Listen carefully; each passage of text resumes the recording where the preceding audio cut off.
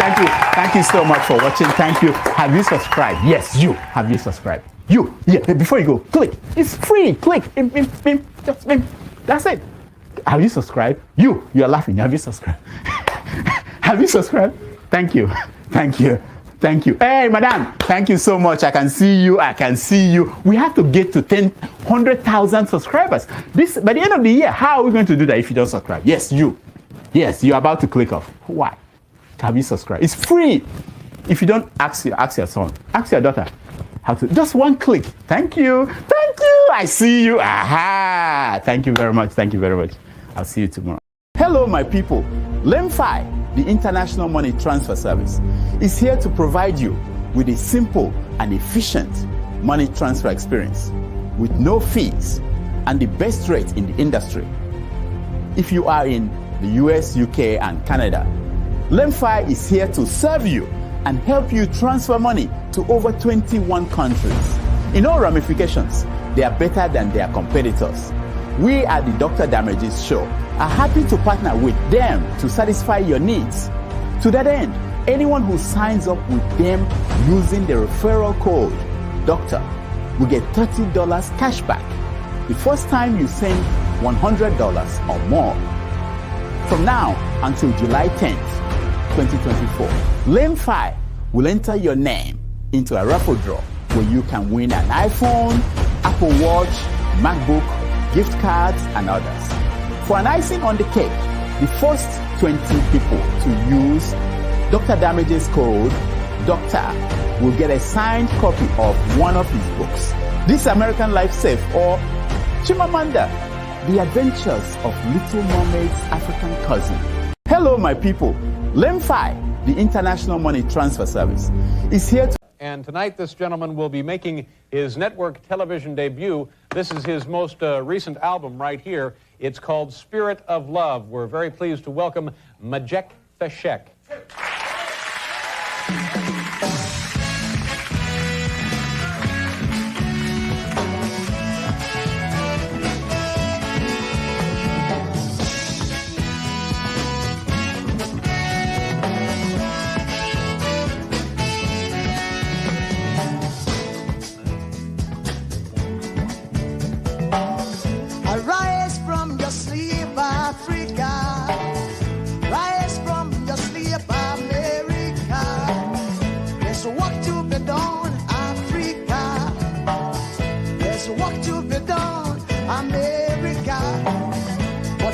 Unite, we will be free. So long, too long, so long, too long.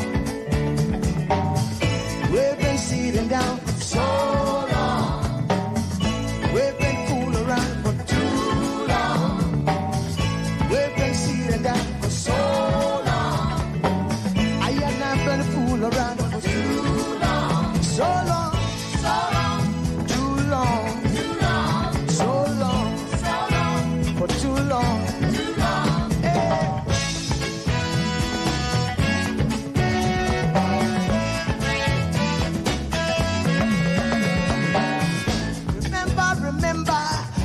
Long time ago, when we used to live like prince and princess. Remember the pyramid of Egypt, when we used to live like prince and princess. Remember Marcus Garvey, who are the dream for New America. Oh, I remember Martin Luther King, who are the dream for New America. They say you are black, they say you are brown, they say you are black, they say you are brown. Only the angels of Jah is white now. Only the angels of God is white.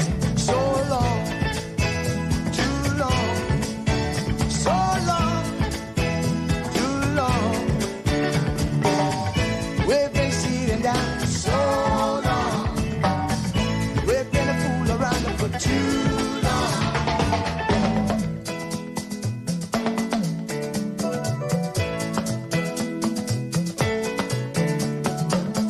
Arise from your sleep, Africa. sleep, America. There's work to be done, Africa. So much work to be done, America. But if we unite, hey, we will be free so long, too long, so long, too long. Pressing the down for so long.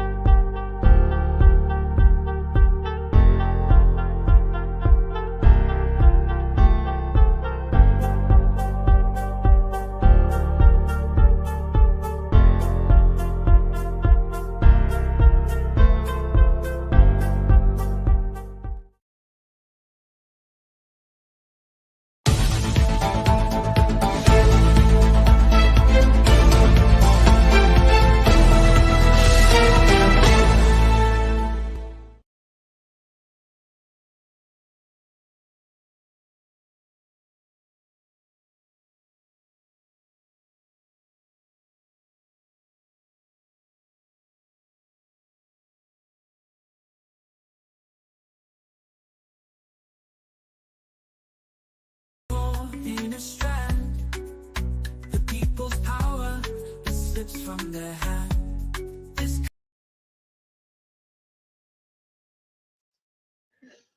Good morning, good afternoon, good evening, depending on your geographical location. This is an impromptu, unscheduled broadcast, and even though it's scheduled, but it's a scheduled broadcast. As you can see on the screen there, this broadcast serves as a public acknowledgement of the selfless service of RUDOLF OKONKWO towards Nigerians' betterment in respect to his broadcast journalism and everything. So it is dedicated to him. I don't know him in person. I've never met him in person, and there's every likelihood that I will never ever meet him in person. And truth be told, no man can ever love another man's things like the person himself. However, it's an opportunity to highlight its selfless service in respect to this platform, which he has left and for us to use to hear our voice, our opinion, our views. Like I said, broadcasting is against normal protocol for me, but I felt led that I have to do this today. And I shout out to him wherever he is.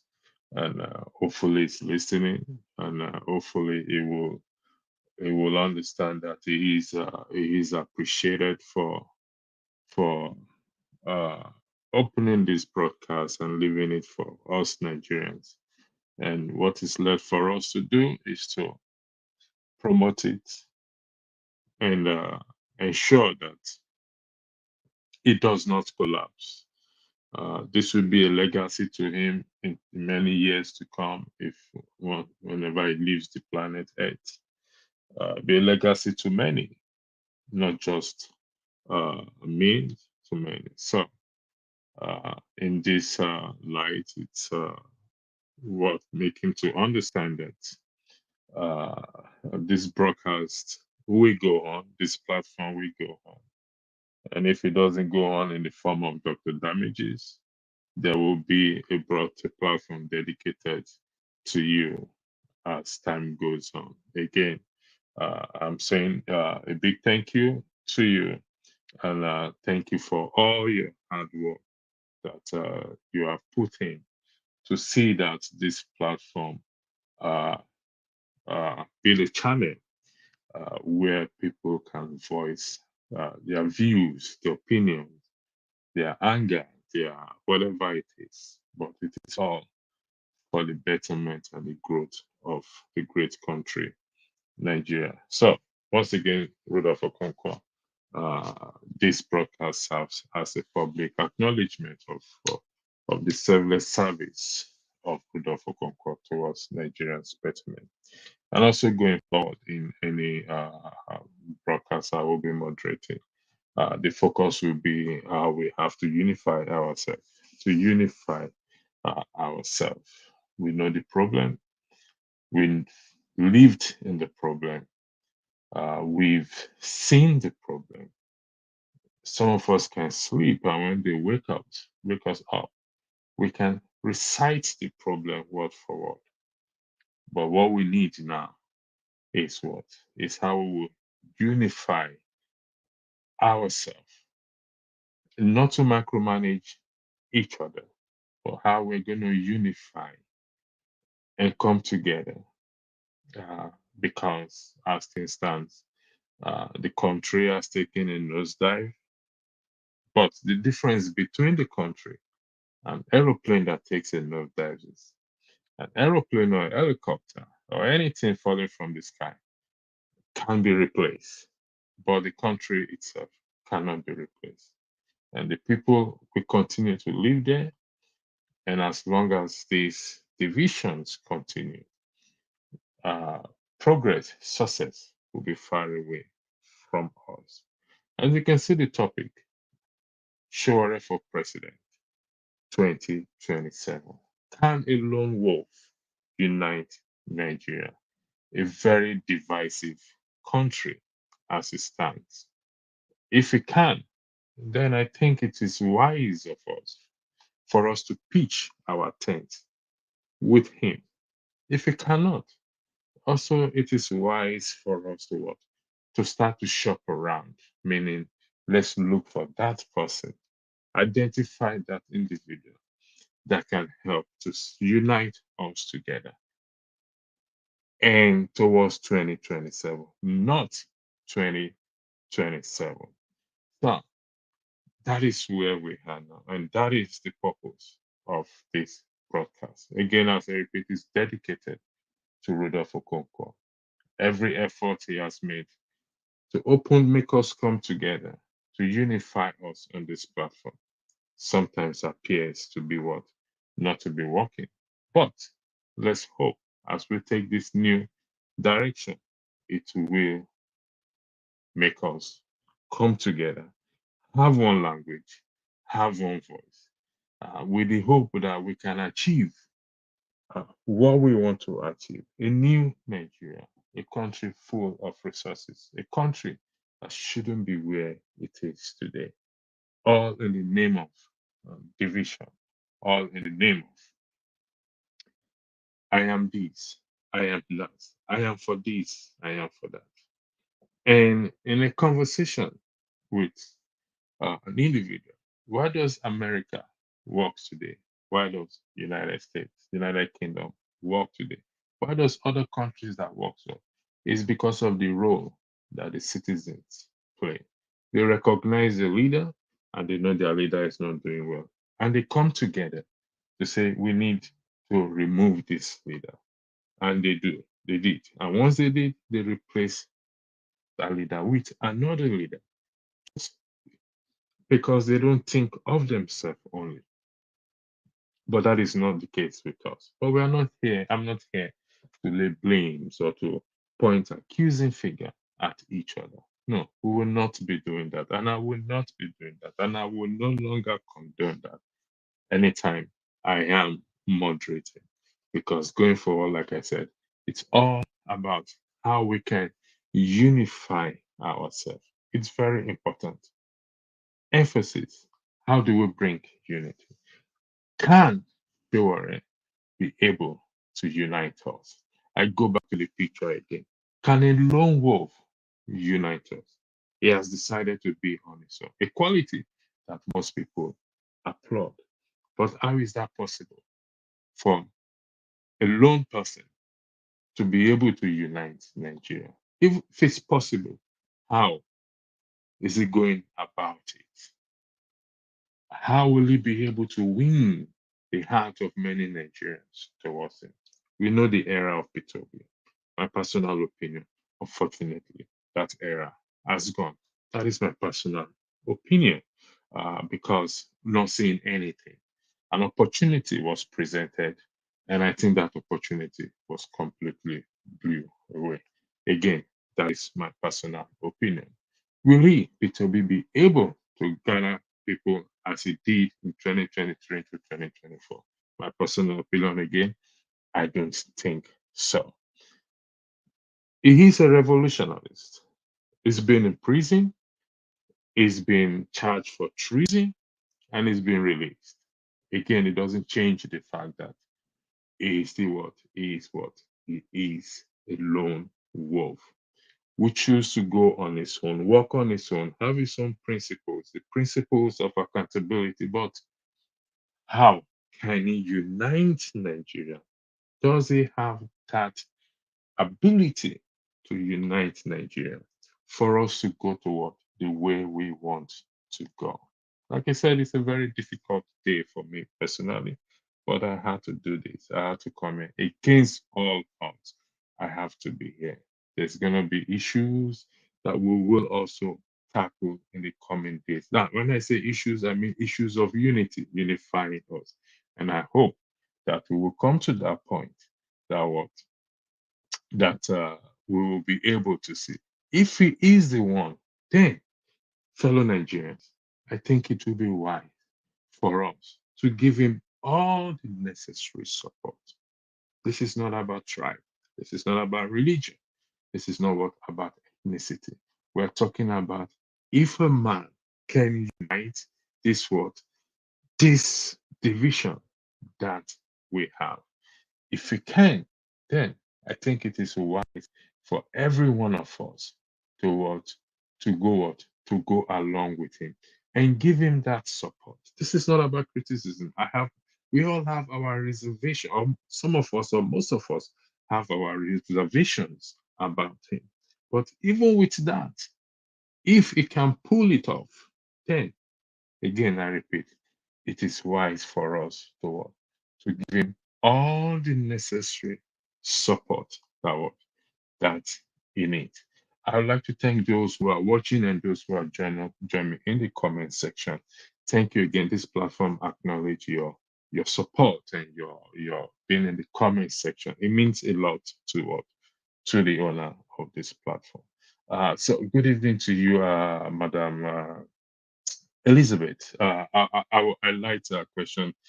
Yeah, comments later. Elizabeth, good evening to you, Elizabeth Martin. Good evening, Madam Luke. Good evening, Easy D. Good evening, Gospawa Keleke. Good evening, also Arinola. You're a new member. Thanks for joining. It's much appreciated. Bolaji Gbeloka, thanks for joining. Tima Jack, also thanks for joining.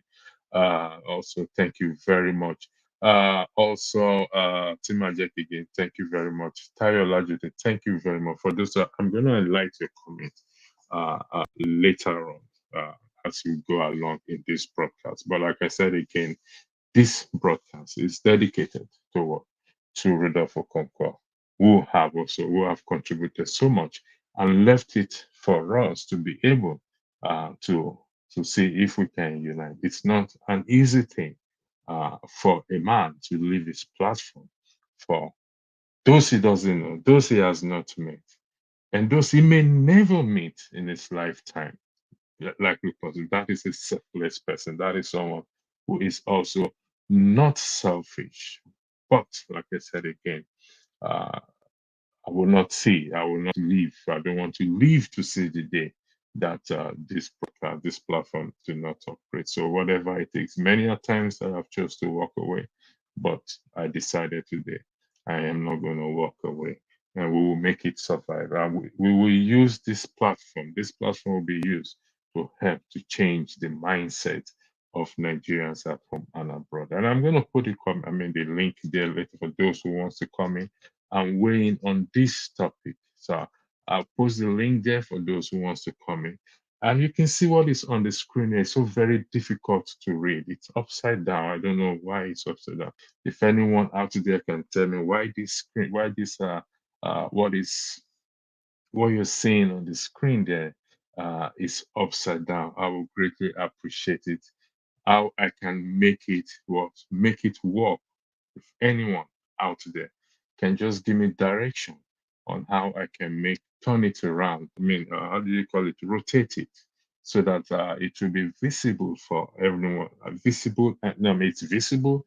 It will be easier for those in the comment section watching to be able to read. So I just need someone who can tell me what to do to be able to read what is on the screen there properly and not upside down. So please, if you can, again, can this individual pull it off for us?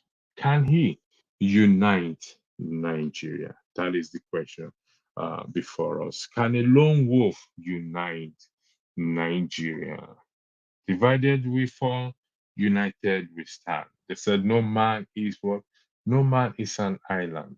But so far, can his supporters come and convince us that say, yes, it can what? It can unite Nigeria. Can his supporters, can he himself say he can unite this divisive and divided Nigeria? And as long as this division is there, we will not get to that promised land. Honestly speaking, as long as this division is there, we will not get to the promised land. This is not about the current government. Let me tell you. Let me say this to you. So, it may break your heart. It may break your heart that if we are expecting anything good from current government, as it is in the past, except by miracle, and it will take that miracle, then we are living in a dreamland. Most Nigerians woke up today or yesterday with the pump price being increased from 600 and something. The NNPC's peg it to 800 and something. I've not listened to the details of the news in respect to Dangote, this and that. That makes no difference at the end of the day. It doesn't change the trajectory of things. Will that unify Nigeria? No, no. Thank you very much. I want to appreciate what's your name again? Chuk choose you said do a 180-degree rotation. That is choose it all. Thank you for that. Does anyone agree with choose it all that I should do a 180-degree rotation? You don't have to answer that question. So I'm gonna put it back here. Okay, 180-degree rotation to rotate it. So let's see if so this is 180-degree rotation. That's it. Choose it. But you see, I did not do a 100-degree rotation. I deliberately turn it upside down. I deliberately turn it upside down. And I asked the question. And Chiziho was able to provide the answer to me, telling me to turn it 180-degree rotation, meaning that we know solutions to our problem, which is you and I have to work together. That is it. That is what I want to create. It. I don't know who Chizi is, possibly in Nigeria, and possibly not from my tribe, and possibly somewhere in Kafansha. But it was able to tell me to turn it 180-degree rotation to solve the problem that I created myself, deliberately created myself. So the citizens' responsibility is for us to come together and solve this problem, not the elites, not the current leadership. Chizi, thank you for that. And I hope you are not upset or offended by the demonstration I did. So 180 degree, that is all we need to turn around and say we want to solve this problem. We want to solve this division among us. 180 degrees. That's all we need. This is part one of this podcast. 180-degree, and the problem was solved. Even though it wasn't a problem, it was something I created to see if we can solve this problem. And lo and behold, someone provided a solution to this problem. A fellow citizen provided a solution to the problem. So that is where we are. So if we can go in this trajectory to understand that what our problems are solvable, they are not beyond unsolvable. The country is not beyond redemption. The country, even though it appears or it seems it has gone nosedive, it can still be rescued completely. And a 180-degree rotation is what you and I need. It's what I need to come to your place to say, listen, let's solve this problem together.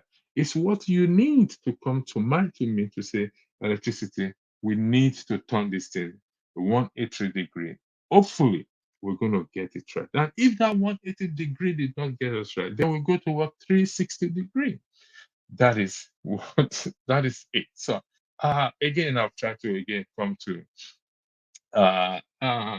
the question before us is, does he have the ability to unite a diverse and divided nation towards 2027? If we are waiting for 2027 to come before we start to deal with this issue, then it will not work.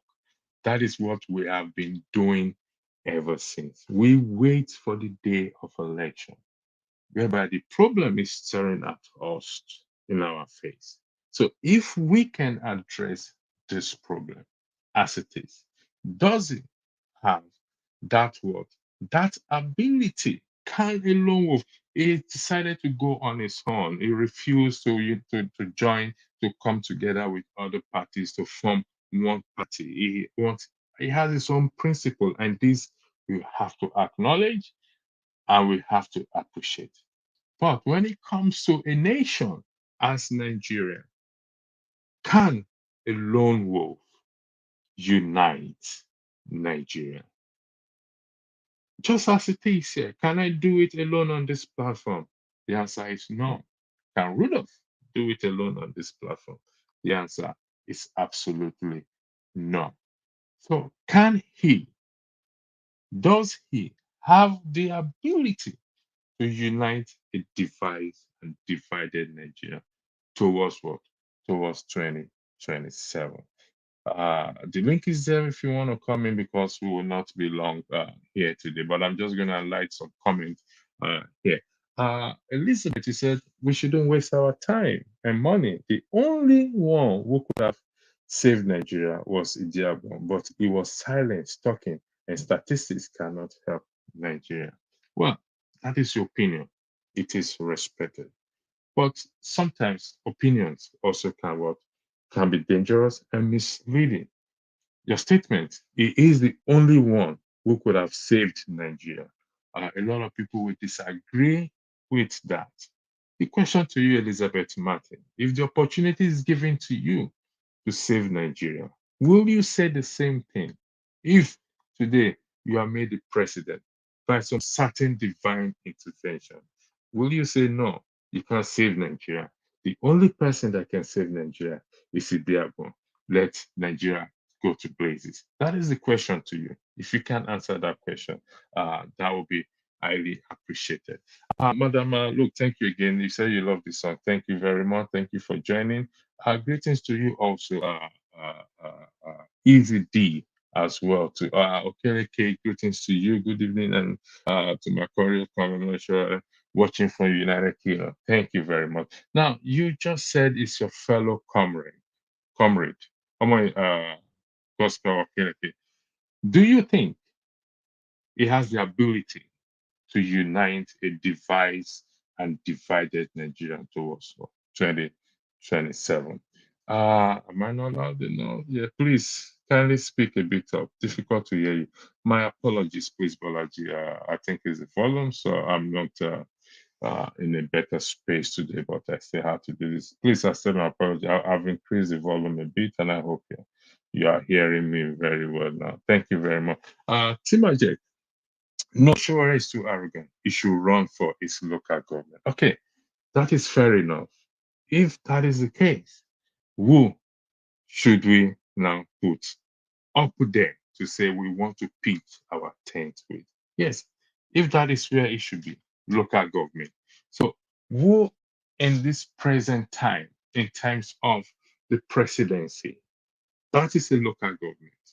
It has its own effect, it's their own power to also starting from the grassroots. You said it's because it's arrogant. Well, if it is arrogant, we need to ask ourselves a question. In what sense is it arrogant? If it's arrogant and it can't fit into the presidency, how is it possible that it can fit in the local government? Because it's the same people it's going to deal with in the local government. So you need to shed more light on that arrogancy of that you claim you just made now.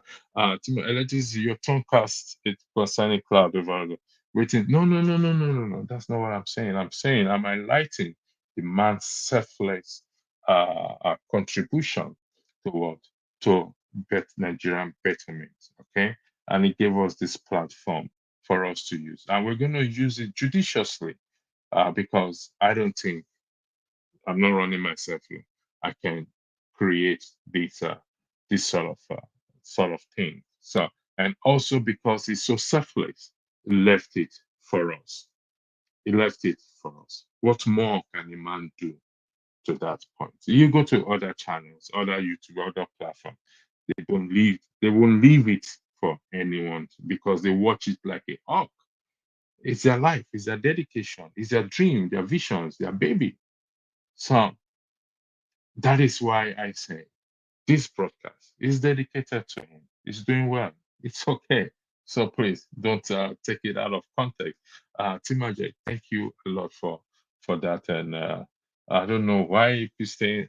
Please bear with me. It's like I said, I am not in a good space, but I need to uh, do this broadcast. It's very important. I'm not scheduled. I'm not supposed to do broadcast till maybe next week, but it is important we put it out there. Going forward, it's about how we have to unify the country, how we have to be unified within ourselves. Those of us in diaspora, and like I said for the record again, any broadcast I'm moderating is all about how we're going to unify the country because that is where we are today. That is the major problem.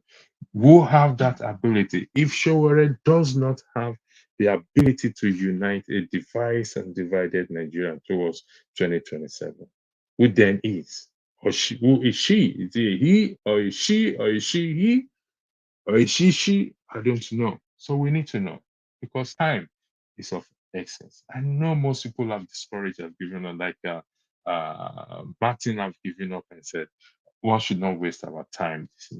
I asked the question to Martin. Martin, if you were put in the hands of affair today, that you made the president of the Republic of Nigeria, would you say the same thing?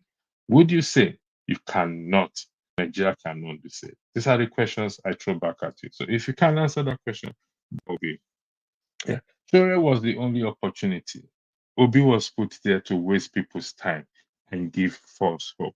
Like I stated earlier, which is my personal opinion, that Obi ship have sailed into the middle of the sea and coming back again. Not with what is going on not with what is going on. I dedicated my platform for him. I voted for him. So I have every right to also weigh in and give him my opinion. That ship have sailed. It's now what? It's merchandising himself, giving speech and everything. That is up to him. Whatever he does with that, that is his own prerogative to do. However, what we are looking for, male, female, it makes no difference. Who is that individual that has the ability to unite a device and divided Nigeria towards 2027. Because if we don't get that, it will be a cycle that continues. If we are waiting to 2027, then it will not work. That is exactly where we are at the moment. Timajek, which candidates do you support? Well, it's not about candidate we support. This is where we have to get in. We need, first of all, to be able to identify that individual that has the ability to unite a device and divided Nigeria towards 2027. Then we cannot talk about supporting. Right now, we don't know. Right now, it's kind of we're in a vacuum. Who is that individual? That is what we need to know. Thank you again. Who is this? Ayola, you say you're watching from Egware North. Good evening. I think that should be Edgeware. Sorry, it's Edgeware. That's in the UK. There. Thank you for joining on this show this evening. Uh, again, thank you again. My opinion is with the career criminal Bola Ahmed Tifton with power. I don't think it's going to be easy to send it back in from Aso Rock. Listen, I did a demonstration earlier. I don't know if you saw it, but I'll do it again. It's just around the corner here. I turned this upside down and I asked who can help me to solve this problem. And Tuesday told me to turn it 180 degree, to rotate it 180 degree. It provided the solution, even though it's something I designed myself.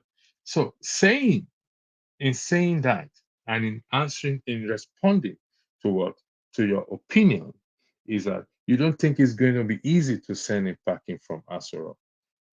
If the citizens together in one, if the citizens come together to say we want to move the nation forward, regardless of our reservations, regardless of our affiliation to our tribe, to our religion, to whatever it is, we will be able to do it. Thank you, Odi, for joining.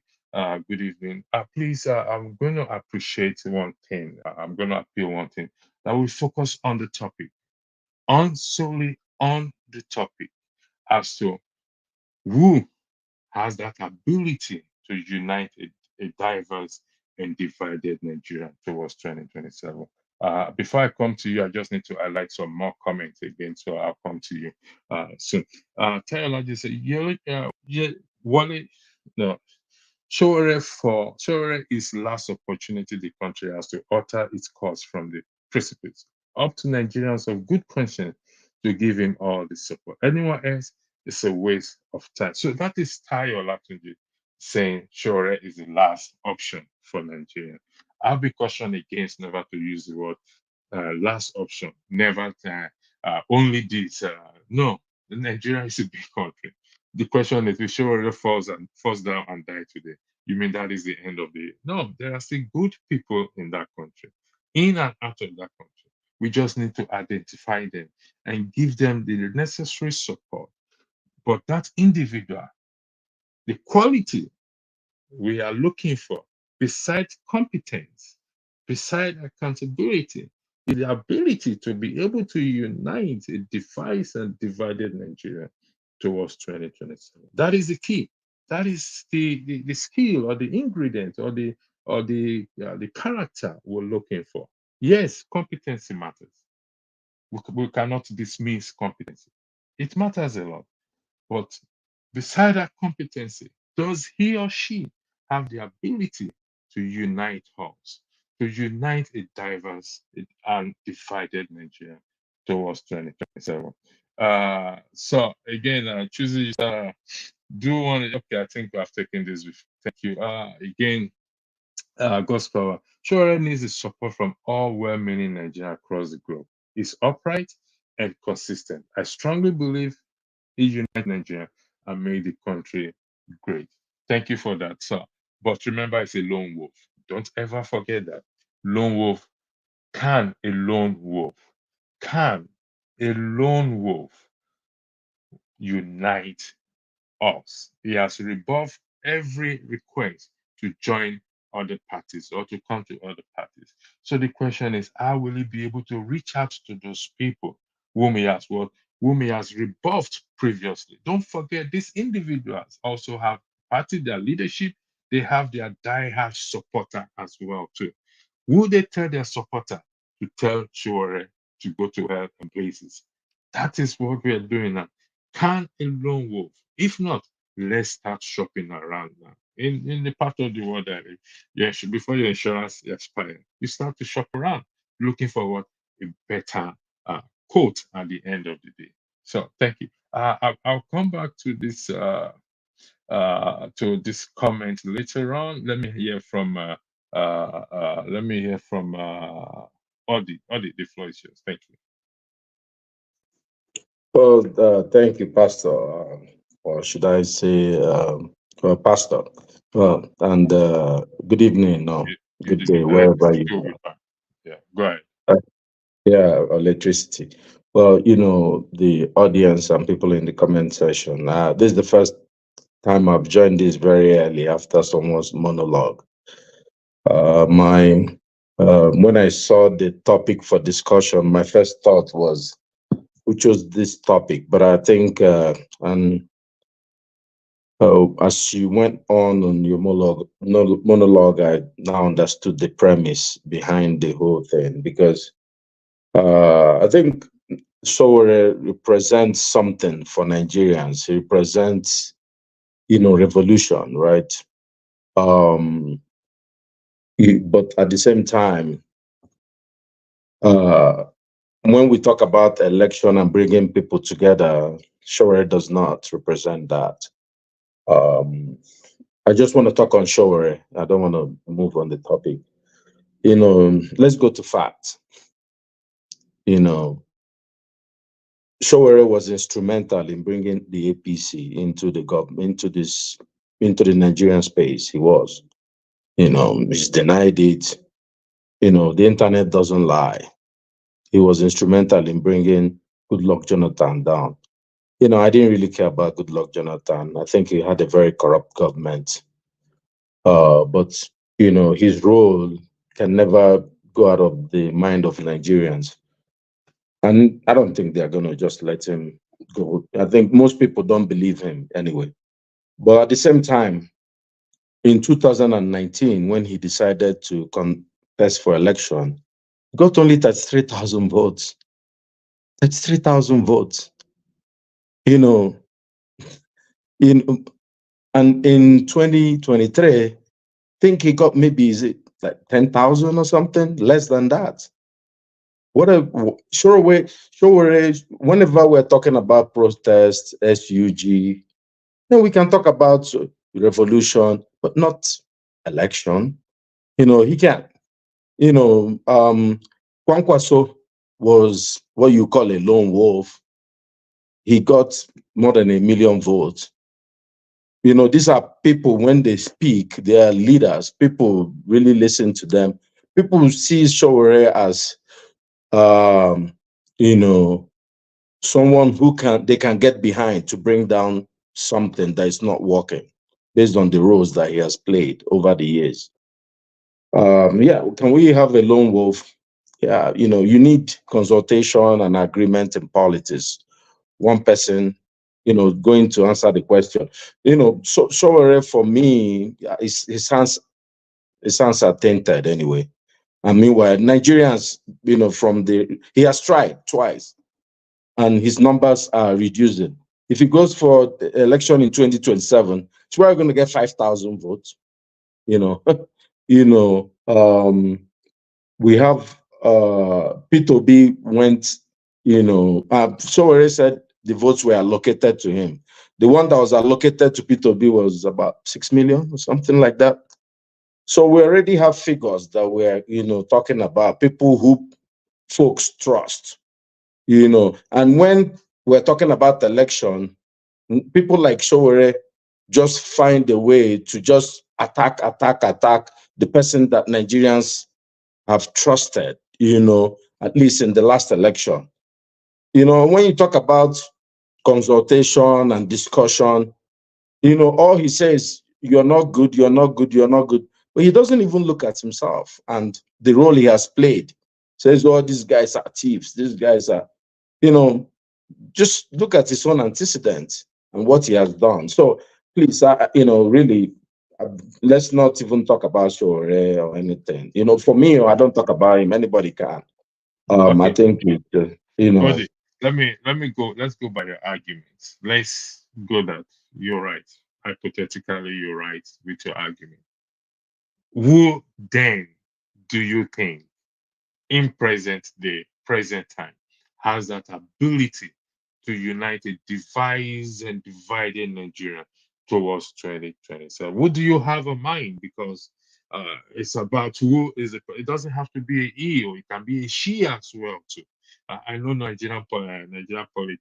political space recognizes the men more than the women, but we can't dismiss the women as well too. What do you think, in your own opinion, that you will say you are putting forward, or you say this is the person? Oh, it's a very good question. Let's talk about the women. We love our women. Women have led societies very well. We remember, in their interest. But look, our women have shown us very recently that they are not really just the answer to our problems, right? With the minister, Better Edu, and all those people. But everybody is a free space. Everybody will jump in and fight. But going to your question, I think the better question to ask is, how do we even get anybody? Because what you're asking is in utopia, or like where there's a perfect society where the votes count.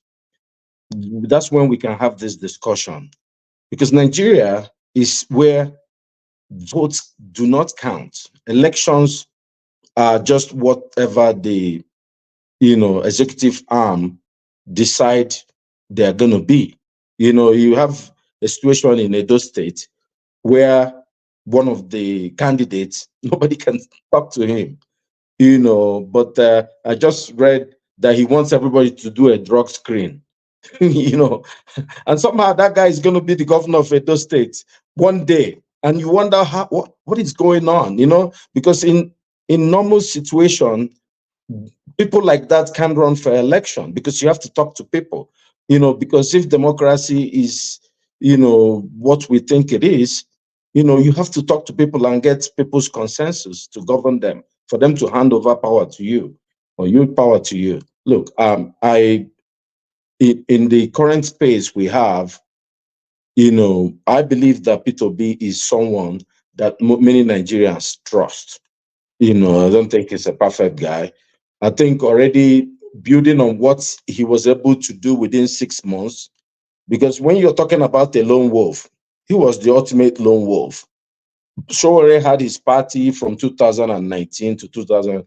Peter Obi, within 6 months, created 6 million votes, made governors, made people, from nowhere. But, look, I think we need to also be sincere about what we're asking for and our intentions, really, because, let me just let other people Yeah, comment, and then I'll yeah. settle down. I'll come to you, because just have this at the back of your mind, Peter. The AY, welcome. Sorry, I did not ignore you. Yeah. Odi, Uh, what sh- we're talking about is the ability to unite a divided and divided Nigeria towards the election, not the election, not the INEC system. That individual that can unite us in this. You can see the internet in the last few days and everything, Nigerians and everything. That's why I say we focus on the topic. I'll come back to you. The AY, before it's yours. On the question you yeah. said on the screen there, does Sowore have the ability to unite a device and divided Nigeria towards 2027? And it's always been on its own. And also, if your answer is no, who do you have in mind? Or what do you think has that ability to unite us? The floor is yours. Thank you. Yeah. Good afternoon, everyone. Yeah. I think it is a very good topic.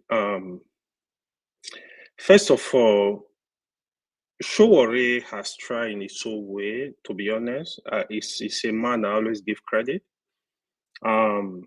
Because if you go to history of Sowore, right, especially from with Sarah Reporter, what they did with Sarah Reporters, right?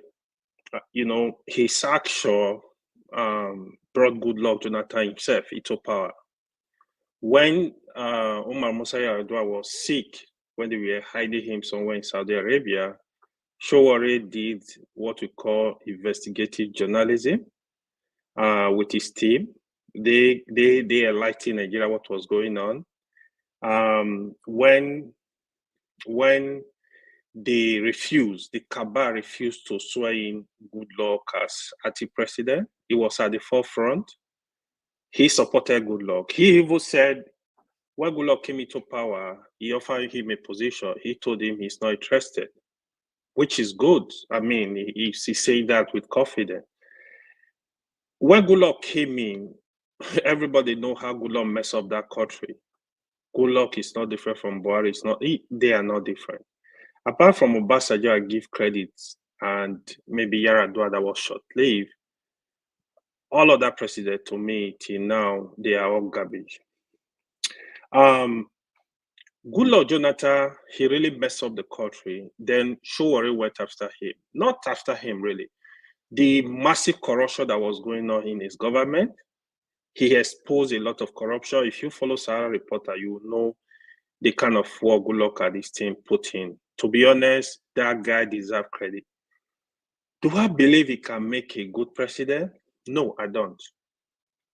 My reasons. I feel he does not have the temperament. Despite he's a man I respect a lot, he's knowledgeable. Knowledgeable in the event going on in Nigeria, the corruption, he really knows Nigeria, to be honest. You give him that, he knows what is going on. But I feel he does not have the temperament. The other thing is, I see him as not very organized in terms of confronting the government, confronting issues, able to build a political party across the country. If you look at people like Julius Malema of EFF, even his deputy, what's his name? They do it very well. Like, they are also young, right? Like, they do it very well. The way they are in opposition, they really form opposition against the government. They fight them legally. They do everything, like, building their party. You give it to them. Even the so-called Peter Obi, we call it, Peter Obi was unable to do that. To be honest, Peter Obi was just lucky to come into a space and was able to speak the language. It's not that he built the party. He didn't build any party. What Peter Obi got, so he got. Let me pause you there. You said Peter Obi speak a language. What language is that was able to bring many Nigerians together at that time? What language is that? So the language, Peter Obi is smart. So he understands the pain of the youth, especially. He focused on the youth, giving them what they need to hear, what they needed to hear. So the people were really like, okay, this is what we need. For example, he's going to come, make a tough statement. Oh, if you're an Igbo man, if you're an Hausa man, you're going to buy bread the same price. Issue of like production, we got to move from consumption to production. Statement like we got to share according to there is no need going to Abuja every month to share resources, stuff like that. He was really speaking the language. That is, this language, we really motivated the people. Okay, I think this is what we need. But when you look at Peter Obi, it's too slow. It's too nice to be a president of Nigeria. I can't tell you that for free. That was my fear about Peter Obi. Even when I feel he was the best among the three top candidates, my fear, Peter Obi is another Goodluck Jonathan. I can't tell you that. He's too nice. It doesn't seem like a hot a fly to me. Nice guys don't make good leaders. Yeah, you can be nice, but you got to have that tough fire. Okay, let me finish. Sorry. Look at the other part. The floor is yours. The floor is yours. Yeah, look at the other part. After the 2023 election, what Peter Obi was supposed to do was supposed to organize the opposition. They look at electoral system, you got to fight to make sure things change. For example, the issue of transmission of electronic transmission of result that said, oh, INEC have the discretion to transmit the result the way they want. You got to fight this kind of thing to make sure the next election, the result must be transmitted. You didn't do any of that. Even the so-called APC that's useless, where APC were in opposition, if you follow their antecedent, they really give heed to PDP. Fighting the electoral system. Okay. Hold Yeah. on 1 second. Going back to the language, that the Hausa man, the Igbo man, wherever it is, buy bread at the same price. Yes. That is not a language. That is a fact. Would you agree on Yeah, that? it's a fact. It's a fact. It's a Yeah, fact. that's So what I'm saying. Selling, Yeah. It wasn't selling something. No, he was speaking fact. Yes. It was It's speaking a fact. Yeah, So, yeah. okay. Let's So acknowledge people that. needed to hear those messages. That's what I'm telling you. And they need to hear the message Yes. because it's a fact. It wasn't a misleading or trying to cajole or trying to buy their conscience or buy their vote. He is stating a fact. Okay. The audience, the panelists. Okay, I'm going to put you backstage. When you see you there, then I'll bring you on. I go to the comment section back again. When they're ready, I'll bring them back in. Timajek, you asked what is Odi. Thank you. You joined back again. Thank you very much. I'll just take some comment and I'll come back to you, Ewa. So I'll take some comment again. Thank you very much. The prophet, what? I don't understand what you're talking to me. Somebody's responding to this question. Electricity. I mean, somebody said, bring Ijabo, please, since we prefer the dead over the living. Chuzi said, Sowore is courageous enough to set free. Said Nigeria, but Nigerians aren't ready to pay the individual prices. Let me go to the last statement he made. I mean, most people may not agree with the first line of statement that courageous is courageous enough, but Nigeria aren't ready to pay the price, individual prices, and that is a fact. But the fact is, let's say, are we ready to pay that price? It's all about unifying. I was reading the Natterson report that says that patriotism is not feeling, but what passive action towards one. I mean, active action towards one's nation. That's what patriotism is all about. So, are we ready to pay the price to get a better nation? That is how other countries work. The citizens get involved in the things that concerns the nation, because at the end of the day, they are the one that what it will affect. Greetings to you. What's your name again? Sake as well too. Sake, you said Nigeria is irredeemable. That is not actually true. Anything is redeemable if we want to redeem it. So anything is redeemable if we want to redeem it. I was just quoting what doubters of Sowore said when some of us mentioned him as an option. It is an option, but the question is, does it have the ability to unite a device and divided Nigeria towards 2027? That is the reason why we're doing this now. What's your name again, Peter? Until we are ready, until then, Sowore qualified more than qualified. Okay. I'll take this comment, then I'll come to you, Audi. I choose it. Sowore isn't arrogant at all. When you see a snake inside your home, you have to be a bit aggressive to defeat it and delete it. Audi, the floor is yours. You wanted to say something? Well, thank you very much. So I think part of your question was for us to identify someone who we thought would be able to do this job and get us out of this quagmire. Am I correct? Electricity. Correct. Who can unify us? Who can unify us? Okay. Yes. So I discussed Sowore, then I was able to give an answer and call someone. Okay. AY was just here. So, and this is the problem we have as a country. I talked about the. Oh, we lost it. Yeah, I'm right. Yeah, okay, I talked about the positive aspects of Sowore and the negative ones, right? We talked about him being a revolutionary and how we see him, his complicity in, bringing APC to power. Everybody may disagree, some don't disagree, will agree with me. But I talked about facts. He got 33,000 votes in 2019. Obi and Atiku got 11 million in that same election. Fast forward 4 years, Obi got 6 million. Atiku got about the same 6 million, 12 million. Sowore got less than. His votes decreased. I talked about facts. What AY did was he didn't name who he think will unify Nigeria. He just said he said so-called Peter Obi. He said he called him slow, said too nice. He took people. He said this. He wouldn't name his own candidate. And this is, let's talk about, if you have someone, bring him out. Stop. This is. We this have a moderator. discussion. We have a moderator. You don't have. Let me to finish ask. now. This is my turn to talk. Just Just be calm. I didn't interrupt you. Odi, hold on 1 second. Listen, I'm gonna say this, and I'm gonna say this. We have to stop this behavior of continuous interjecting people. We just have to stop it. It doesn't all go well with the platform. It doesn't all go well with me. Minor interjection, you can rebut.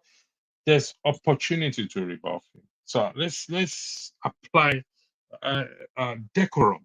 It's very important. Decorum is very important. The floor is, we have the whole evening here if we have to go more than the scheduled time I planned for.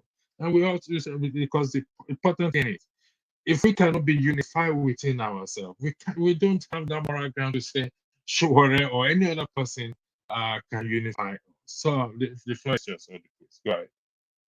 Thank you. So, the idea that is you tell someone, name someone who can unify us. The person spends his time to trash one candidate, trash and trash. He said what people wanted to hear. And you even challenged him. He said, oh, what was this thing? Were these things not factual? I thought that's how elections are conducted. You tell people what you want to do. He actually has problem with Obi saying all the good things, hitting all the good points. I just mentioned the guy in Edo State who wouldn't talk to people.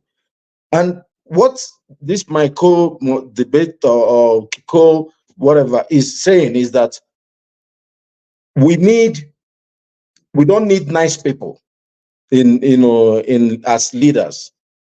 I think Biden is a very nice guy. People don't want Trump because he's not a very nice guy. Most people agree Obama was a fairly nice guy. I don't want to talk about leaders and be distracted, but the idea that people have deep hatred for other people, and just when they're given an opportunity to give their own point of view, they just take time to be trashing people. This is what frustrates folks. I'll yield.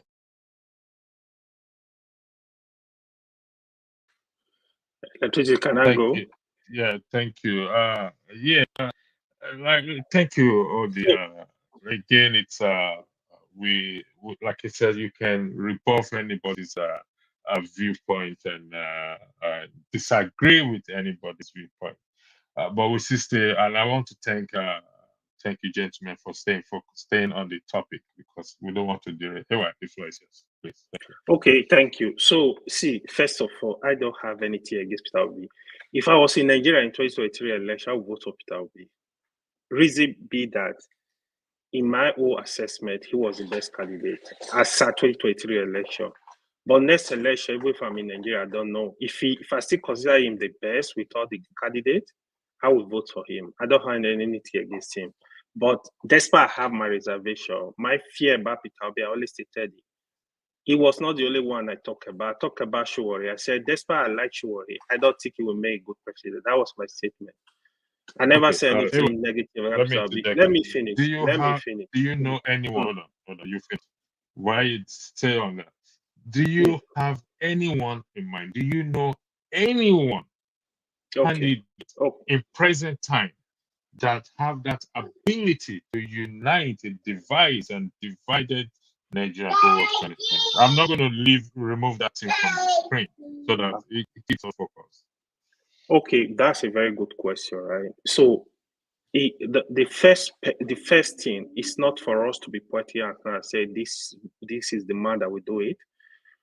What we need to do, the electoral system must be changed in such a way that the people vote will count. If we are able to achieve this, trust me, a lot of good candidates will come out. I can tell you that for free. The reason why people are sitting back looking at all this election is because they feel like whatever is the votes don't count anyway. How am I going to get to power? I can define the kind of person I think that can lead the country, but I cannot point at anybody and tell you this is the person I think can lead the country. So if I define the quality I think a Nigerian leader should be today, by the time, if you agree with me, when you see that person, you will know the person. That's what I can do. I can't point at anybody. I can't tell you. So what you're saying is you don't see anybody at present time that can unite Nigeria. What you say should deal with the electoral, the change in electoral system. Yes, I will say and we focus on that.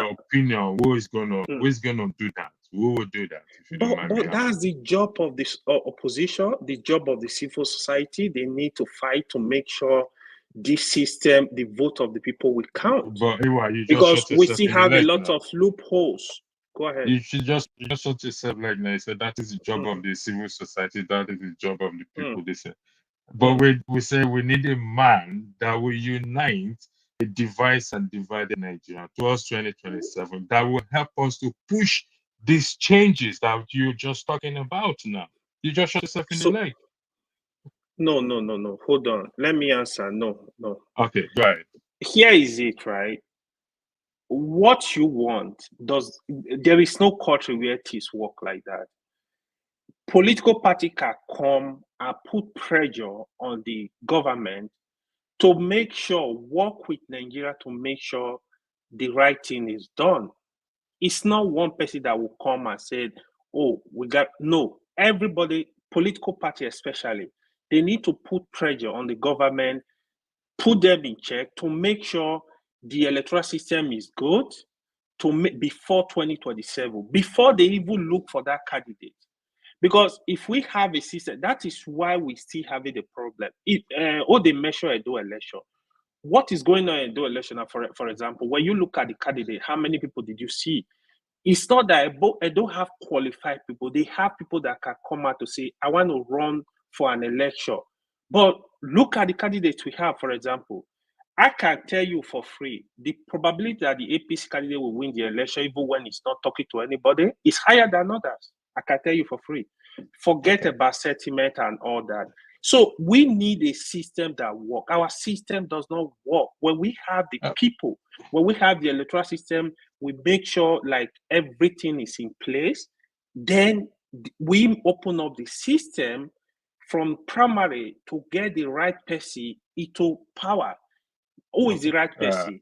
The person that are able to speak to the people, that have the quality, that have that understand the unity, the diversity of Nigeria, that can come and unite the whole country. That is very, very important. With what I have seen, especially in this social media in the past couple of months, Nigeria need a leader that will look at every local government in Nigeria as its own local government. That is very, very important.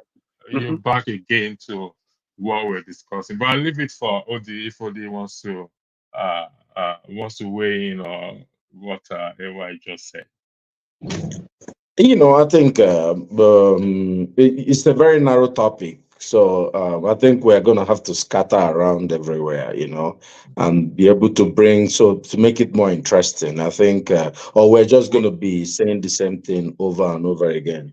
Look, let me just land, if you don't mind. So, what I've made my opinion known for a very long time. I don't even believe democracy is the best type of government for Africans, Just like if you go to the Middle East, democracy doesn't work. what works in the Middle East, is actually, whether you call it, is some form of dictatorship, right? Um, you and the societies they are working. These guys were coming to UCH in Ibadan, Saudi royal family, for healthcare. Our boys now, the best of us is either they go to United States, to the West, or they go to Saudi to go and serve them. So my point is, look, I try to stay with what we have, the present. What we have is what we have. The system we have, to allude to what my co-panelists have said, is that, which I said earlier, that we need to change the system. I think everybody agrees. But we can't change the system by just wish. Correct. It's not going to change. That's why I'm very happy about what happened today, that Labour Party, they were able to go and snatch the Labour Party from Julius Abure. Today, they appointed a new caretaker chairperson. So I thought that, it would be good if maybe we can have that discussion also. Because, Okay. Hold on one second. You said we should expand the topic. I'm open to suggestion. Okay.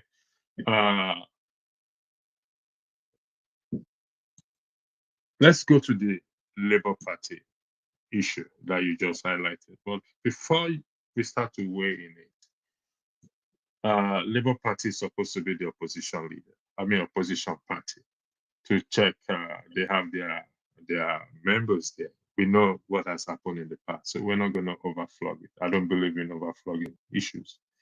So I'm not aware of what happened in terms of where they appointed a new leader and Abure has been removed. But the question I'm going to put to you, was this done in accordance to what? To the laws, bylaws of Labour Party and the laws of the land? Yeah, good question. And this is, Nigeria is a jungle, as we know.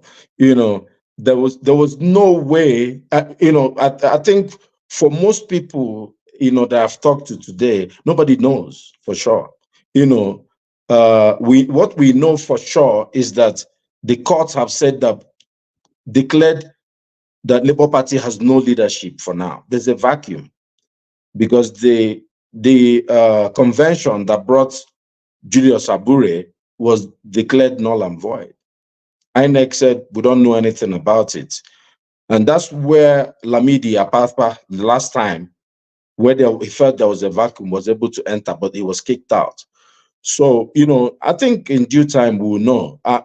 For me, it's not just about Labour Party. I believe that we just needed just one party different from APC, right?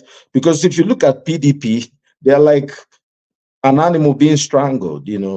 I hope this is community standard language.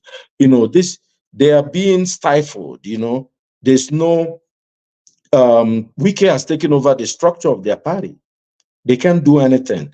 So if you look at the way Abure has been behaving, it looks like he's been taken over by APC also. Even the NLC chairman, I don't trust that one. But at least if there can be a big tent that can go into Labour Party, be able to, at least they've made a move for the first time, because people like us who have, contributed to Labour Party, supported Labour Party to succeed, we've been frustrated that go ahead and take the party, because then you have to go to court, because if you don't start the journey of 10,000 steps by one step, you're not moving. So they have to go to court, and then usually everything will be decided by, unfortunately in Nigeria, by the court, but it's a caretaker committee, but at least it's a first, opening gambit, and then we'll see how things go.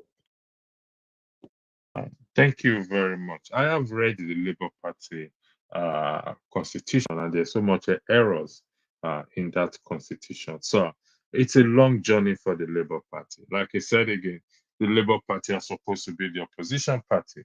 Peter Obi is supposed to lead the people.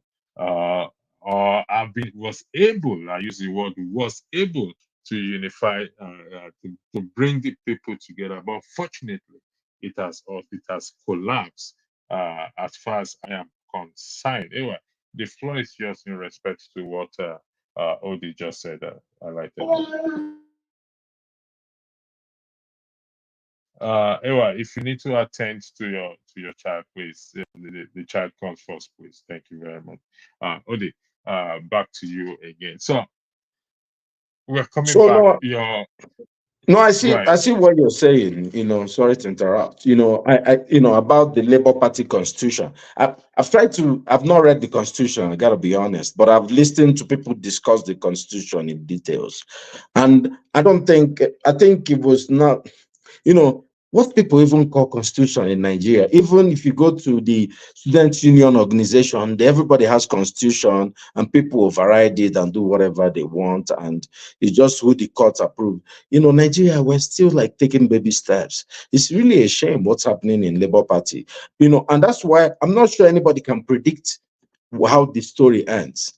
But what we know for sure is what I believe is that there's a vacuum. The question is, I don't think their constitution envisaged such a vacuum, and what to do next. So I think it's just going to be free for all fight, get there, then the court will help them write the constitution or set the precedence, and then they will adopt it. That's my thought. And if anybody has a better thought, look, I'm happy to have that discussion.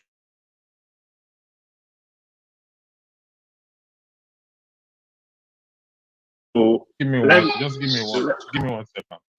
Just give me 1 second. I just want to highlight something. Then we will go from there. Just give me 1 second. Just 2, 3, 4.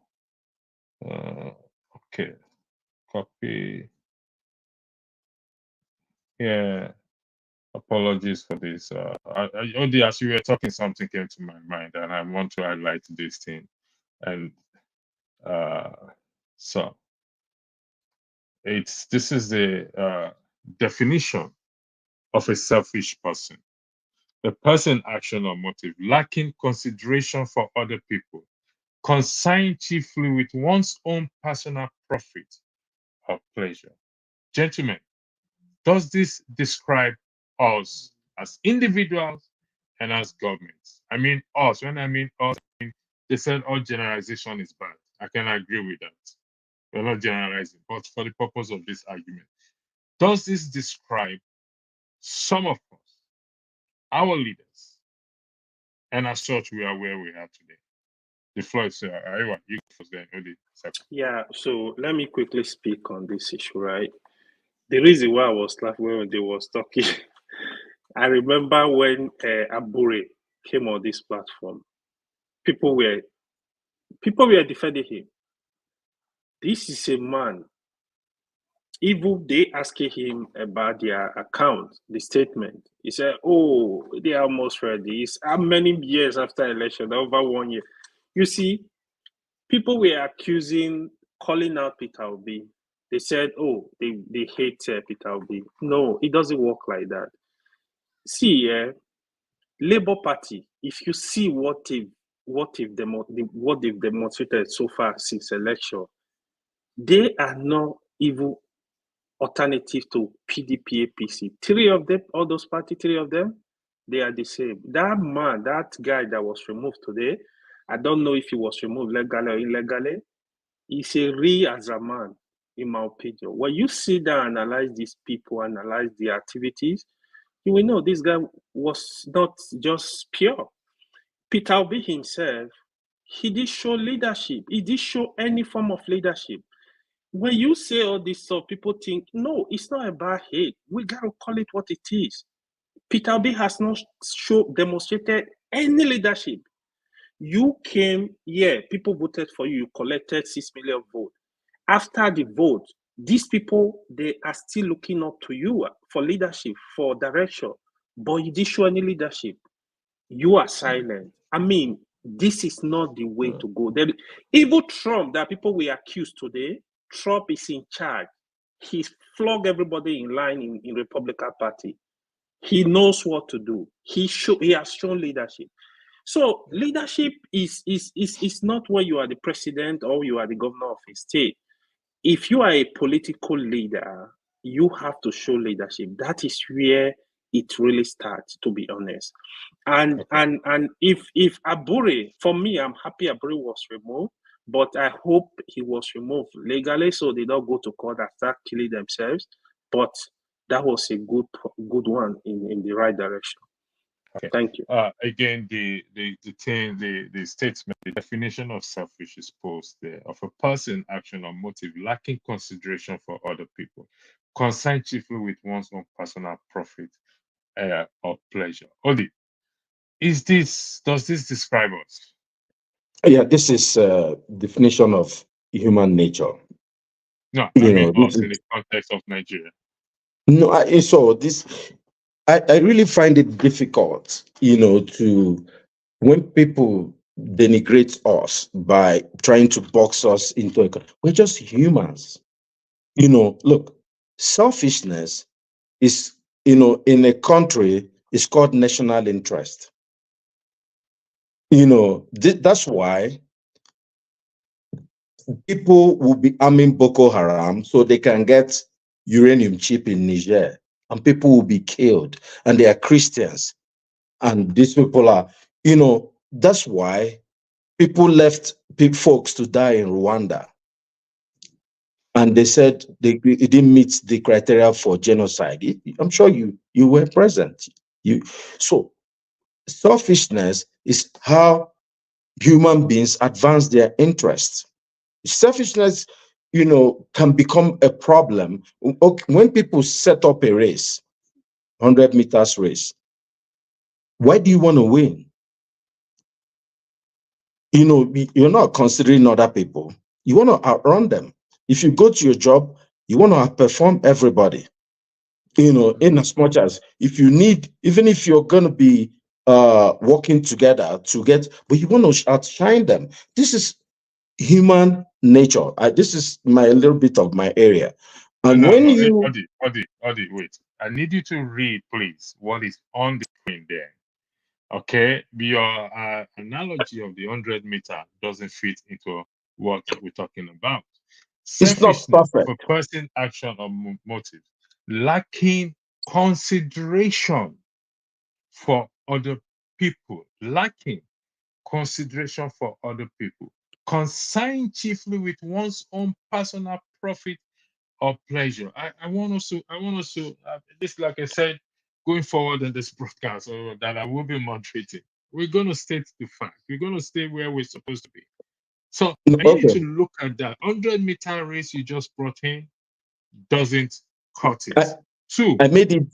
Okay. Go ahead. The places. No, I tried to make it very simplistic. 100-meter race is just making. The truth is, what I should have asked, I don't know the contest that you were bringing in. You sprang it up on us. And then, so I'm not sure what contest you had in mind by bringing up selfishness as a definition. Let me put it. So if we have the contest, maybe we can discuss it to suit you. But I want to say something. Since we're talking about politics, politicians are the most selfish human beings on planet Earth. If you want to go back to, the Roman times, Julius Caesar was a very selfish man. Augustus Caesar, and many of these selfish men brought the best of everything that we have now. Hitler was a very extremely selfish man. If you look at Trump, I don't need to tell you much. Politicians, you look at even Obi, whether it's Atiku destroyed PDP out of selfishness. Buhari, look at him. Look at Tinubu. He was, when people were being massacred in the Southwest, he didn't say anything. Everybody knows why. Because he didn't want to offend the North, so he can. So selfishness is in fact, the best politicians are the most selfish ones, if you look at history. But I'll let you go with, it's a painful discussion to have. If we put the human nature naked, even if you go to the lions, when a male lion comes what he does, first of all, is to kill all the children of the female, especially the male ones, or kick them out, and then takes over.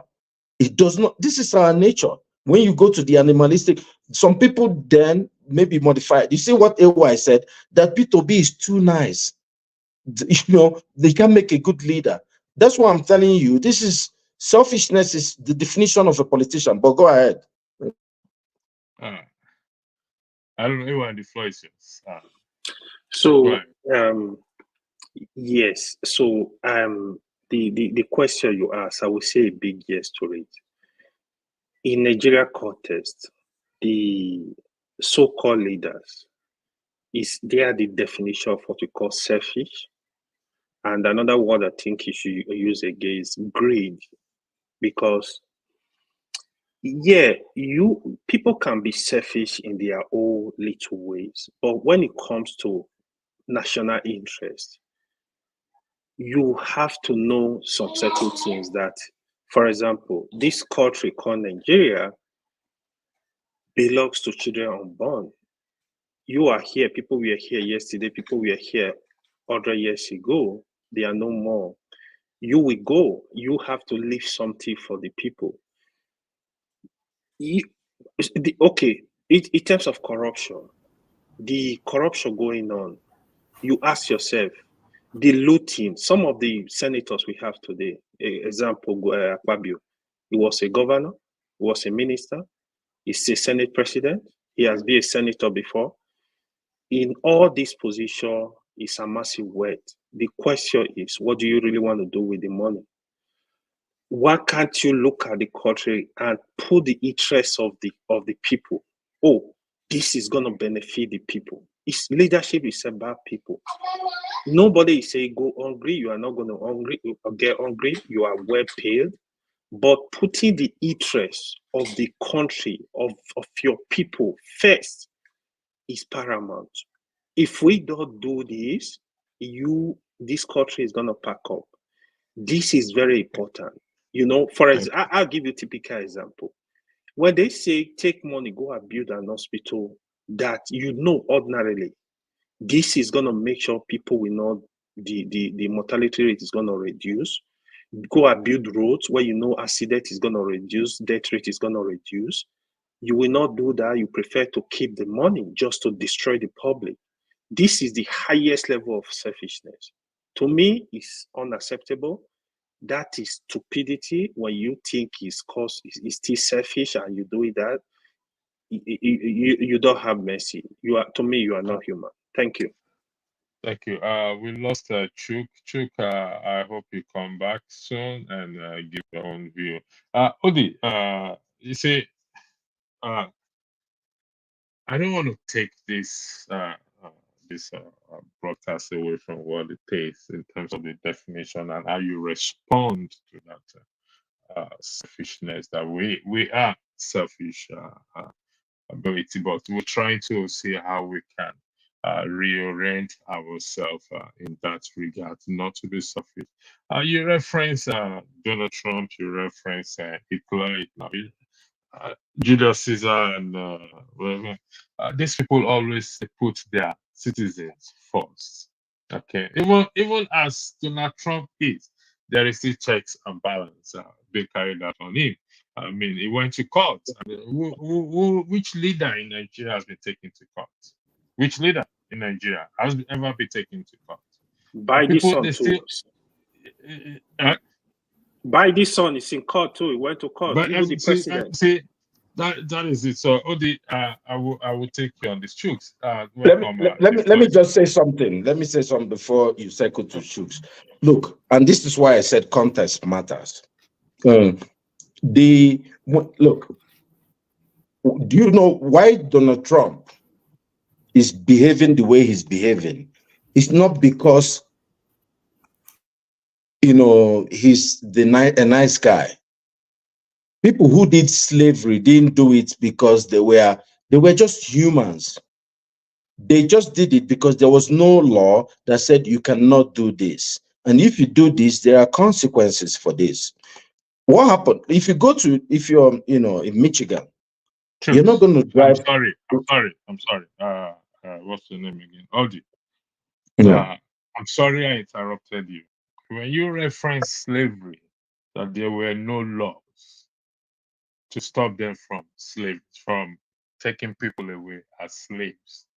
Mm-hmm. They have conscience. I don't know whether there was law then or not, but they do have conscience to tell them, that tells them what they are doing is right and wrong, and that is law on its own to them. I'll come Pastor, back to you. Odi, Pastor, I'll come back to you.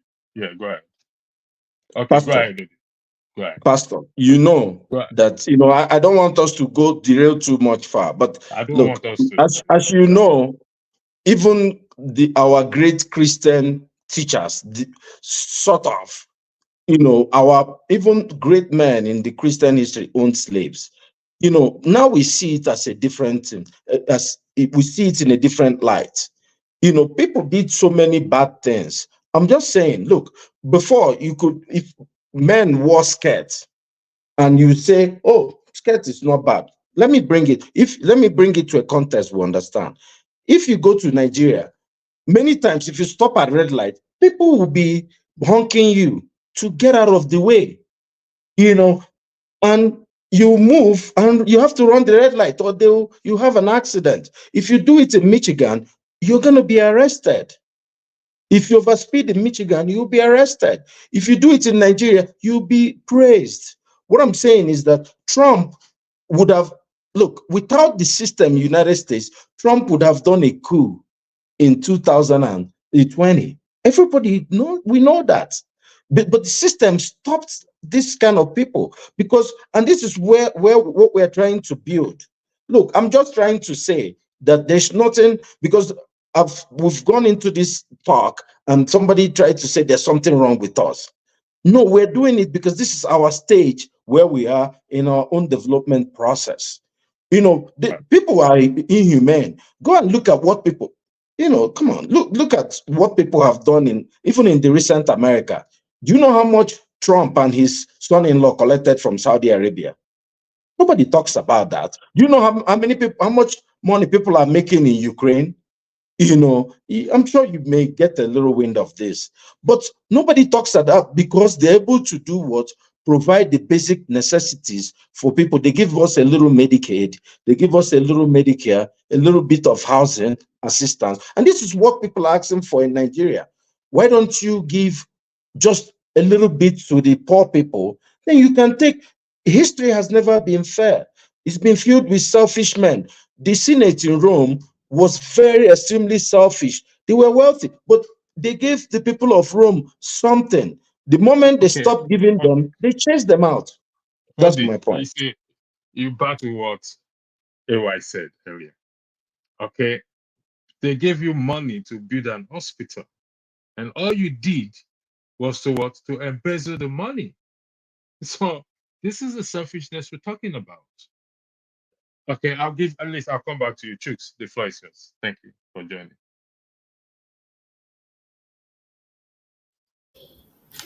Yeah, thank you so much, Electricity. Am I audible enough? Yes, you are. We can hear you loud. Oh, okay. Thank you once again, Pastor. Thank you, the panelists, OD and AY. I will say that today marks it the first time of me appearing live on Thanks for doing program, but I have been a great back end supporter.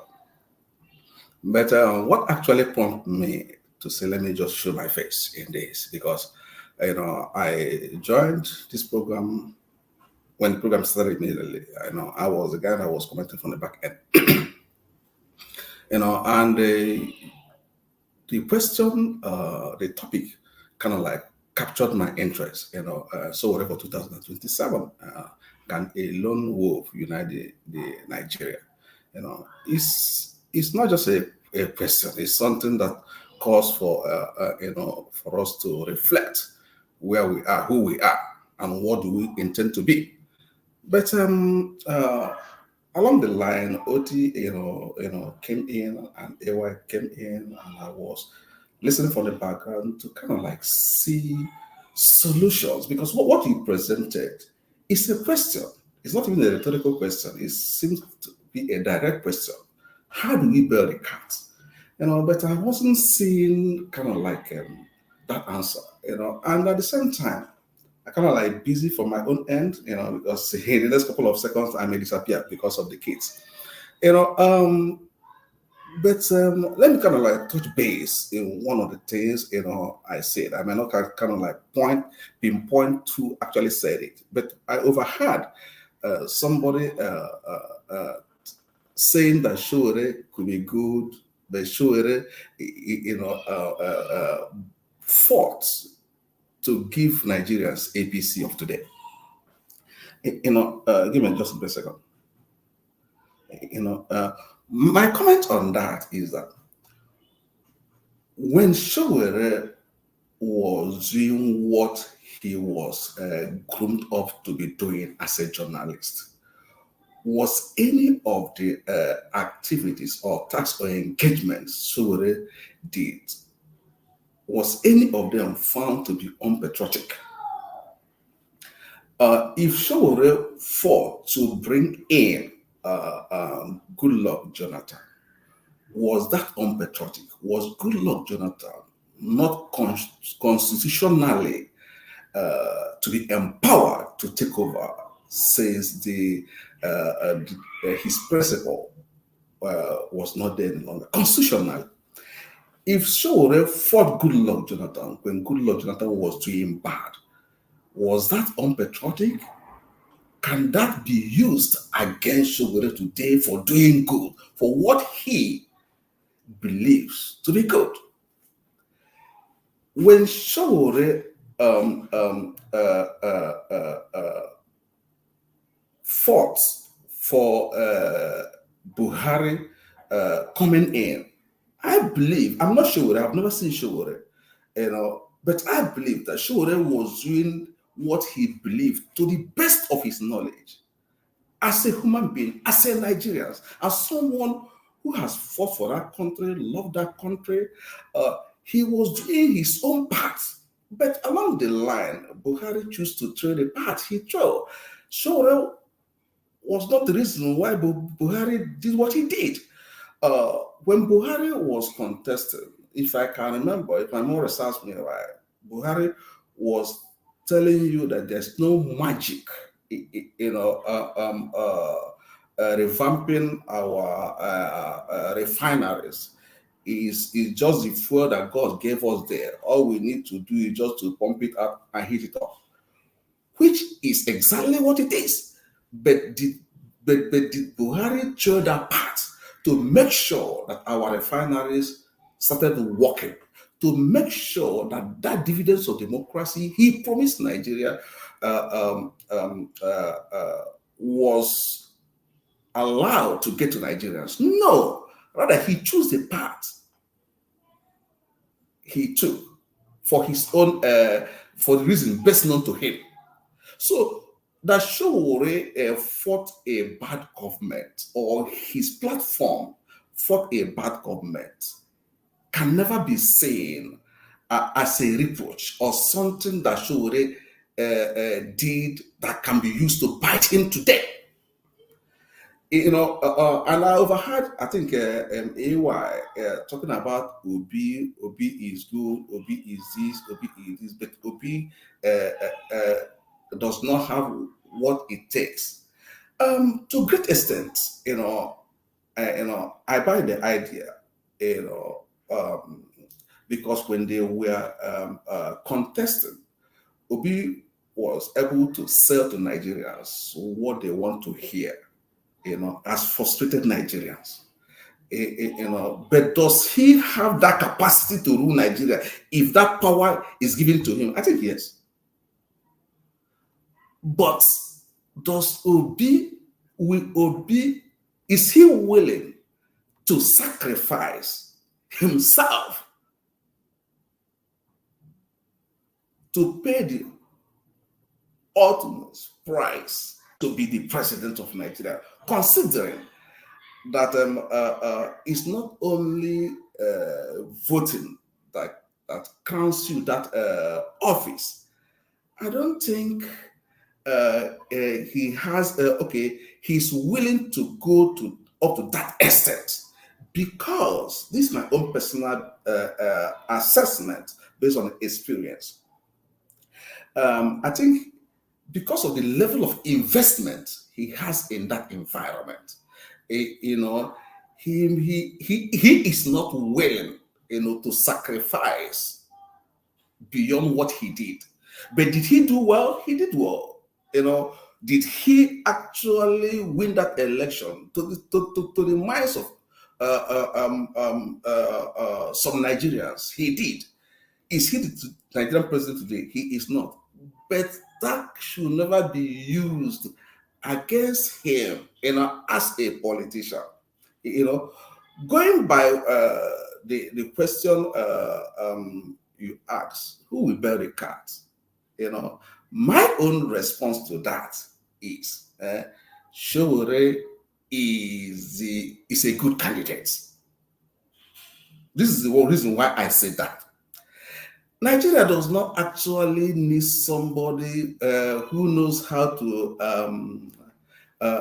you know, who will look at you and tell you what you would like to hear, but tell you the truth. I think Sowore has that credibility. You know, when it comes to being fearless enough, because had it been Sowore gathered the amount of votes that Labour Party gathered in our last presidential election, I don't think Nigeria will be where Nigeria is now. In as much as you know, the Supreme Court did the magic. You know, this is the kind of persons that we, to a great extent, need to start be considering, because it is not just giving the monkey the cup of water, voting the candidate we want, but after the monkey taking the water, how do we get the cup back? So we need somebody that is a little bit rugged, somebody that's willing to pay the ultimate price. You know, because this is we are in a war front. You know, we are in a war front. So to a great extent, you know, we need that quality of fearlessness of Sowore, sarcasm of Sowore, you know, the doggedness of Sowore to be able to grab the power. You know, so just 1 second, you know, Pastor, you know, to name a candidate, because I've been hearing you. Okay, name the candidate. Who is your candidate? Who is your candidate today? Among them today, Obi is good if Nigerians are willing to fight the war without Obi. You know, kind of, let me use the word igniting them to fight the war and crown Obi the president. If Nigerians are not there, if they're looking for somebody that will help them grab it and maintain it, Sowore is a good candidate, and Aisha Yusuf, you know, is a very wonderful candidate, you know, to the best of my own knowledge. Thank you. Thank you. Mrs. Shu, I'm just going to extract one thing you said in your argument. If Sowore had won the amount of votes we won, things would have been different in respect to how the results and the court case went about. Am I correct in am I quoting you right? Yes, okay. Yes, correct. Okay. Now, I'm going to throw this back at you. So, would you not say that it's selfishness in a way, because he did not win that amount of votes, so he careless what happens afterwards? Be careful how you answer that question, because we're talking about yes. What we are talking about is continuity that brings out the result. Sowore has been there. He has gathered a lot of experience. He knows the quality of people or group or government he's dealing with. He knows that. Let me just say, I'm not saying that Sowore is God, but to a great extent, to Nigerian political arithmetics. Sowore has the capacity of seeing tomorrow from today. Sowore knows that for the fact that he has never been mandated or kind of like be given that massive support by Nigerians to lead them, and whomever the Nigerians gives that support, or whom Nigeria has given that support, in quotes, does not have that capacity. So whatever you do to the person, you can never change the quality because the person has been part of the system. The person has tremendous investment in the system that he or she may not like to be toyed with. So now, whatever he as a person does in order to kind of like be a backbone to boost the person's capacity up, it will still fail because the person has been designed by the architects that be in that environment not to go beyond what he or she did. So, Odi, I'll come to you 1 second. So, if I understand what you're saying correctly, he didn't support I don't want to put words in your mouth. He didn't support Peter B after the election result because he thinks that that is the way it's already been designed to. Would that be correct? Yes, but I did not say P2B. Why I did not say P2B is that we do not have any authentic result to lay our hands on. But based on the sample we have there, I think the election result will have screwed to the side that it's not APC. The majority of Nigerians know where it is. This is part one. Okay, go ahead. Sorry. And for the fact that the kingdom of God suffered violence, and by violence we take it by force. That individual, has a good will, but that individual, cannot pay that ultimate price to be there. That I believe that is why Sowore did not care to waste his efforts moving forward. Okay.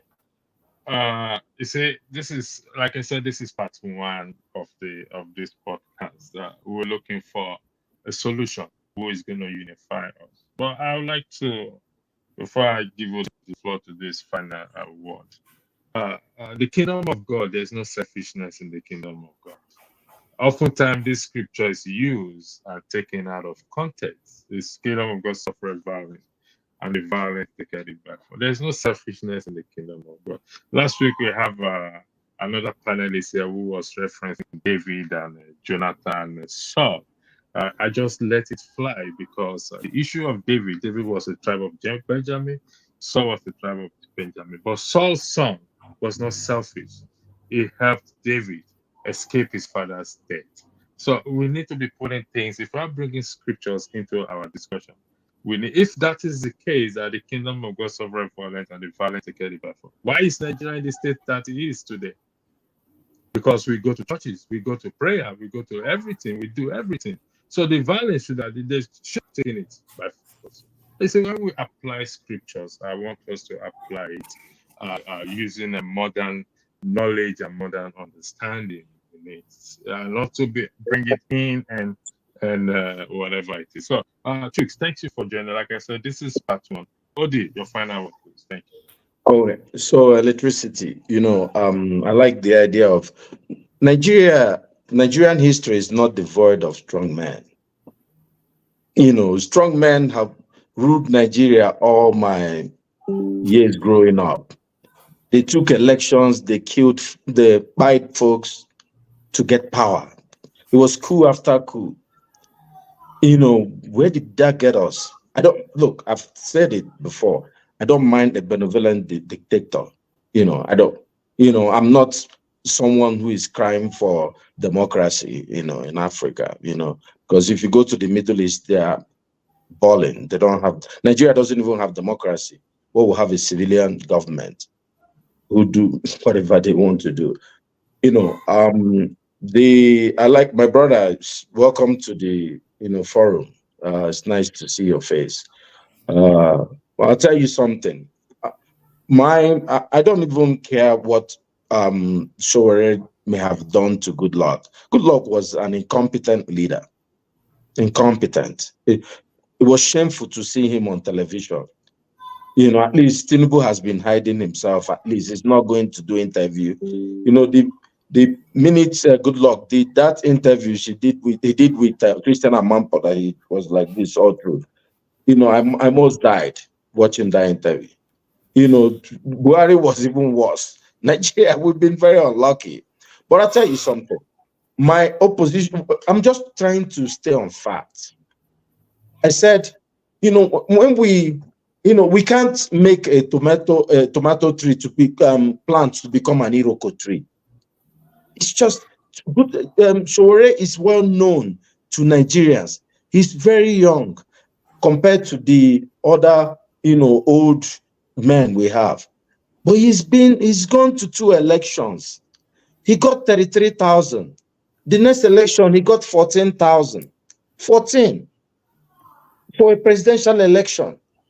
So that means the people who like him, who are devoted to this young man in Nigeria, we're not like up to even 15,000 people that could go down and vote for him. I'm just talking about facts. How do you go from 33,000 to 14,000? Where are you going next? You think he's going to get more than 10,000 votes? Well, we can set a bet for 2027. People, I like the thought process of my brother, but I think he's talking about revolutionaries. Aisha Yusufu is like she said she likes to go to protests. She will even tell you that, one day maybe I'll do politics, but it's not for me. I like, people can be citizens, you can go on, but contesting for election, look, trust me, for you to go and sit somewhere and say I'm better than this person, I don't want us to go back to this selfishness discussion. This is where it comes in. But I'll tell you for sure, going on facts, Sowore is not going to get there. Well, from the fact that I know, maybe tomorrow something may happen, and then he gets there, unless there's a revolution. Or, some people take over and put him as the head of government. But Nigerians don't like him. That's why they don't vote for him in mass. That's just, it's about numbers. That's what I'm saying. If he let him get at least 50,000 votes, many people got 50,000 votes. Even Moghalu got more votes than him the last time. So let's just let him go and get some votes. People don't like him, as a president. People like Sowore as a leader of protest or resistance. But to come and become their leader, it looks like people don't want him.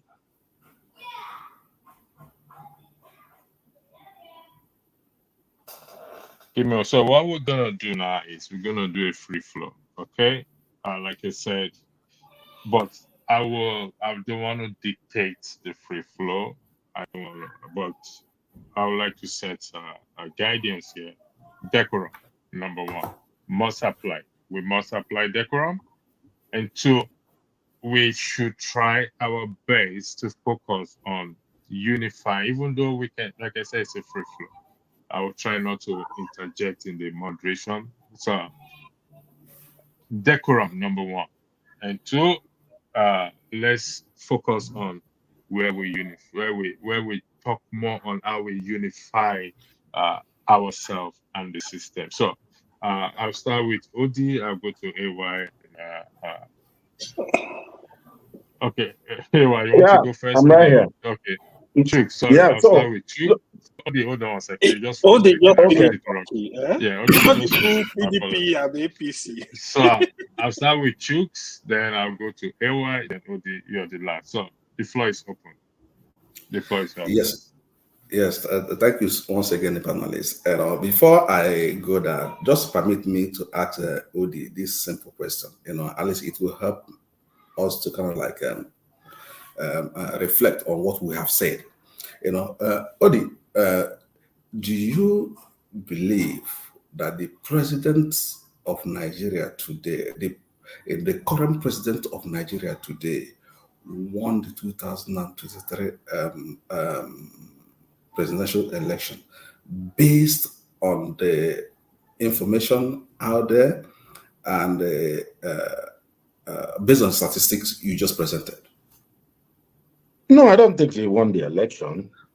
Fantastic. If you don't think he won the election, what made you think that Sowore got 33,000 votes, and on the next election he got 14,000 votes? No, well, you're talking about 2023 election. Excuse me.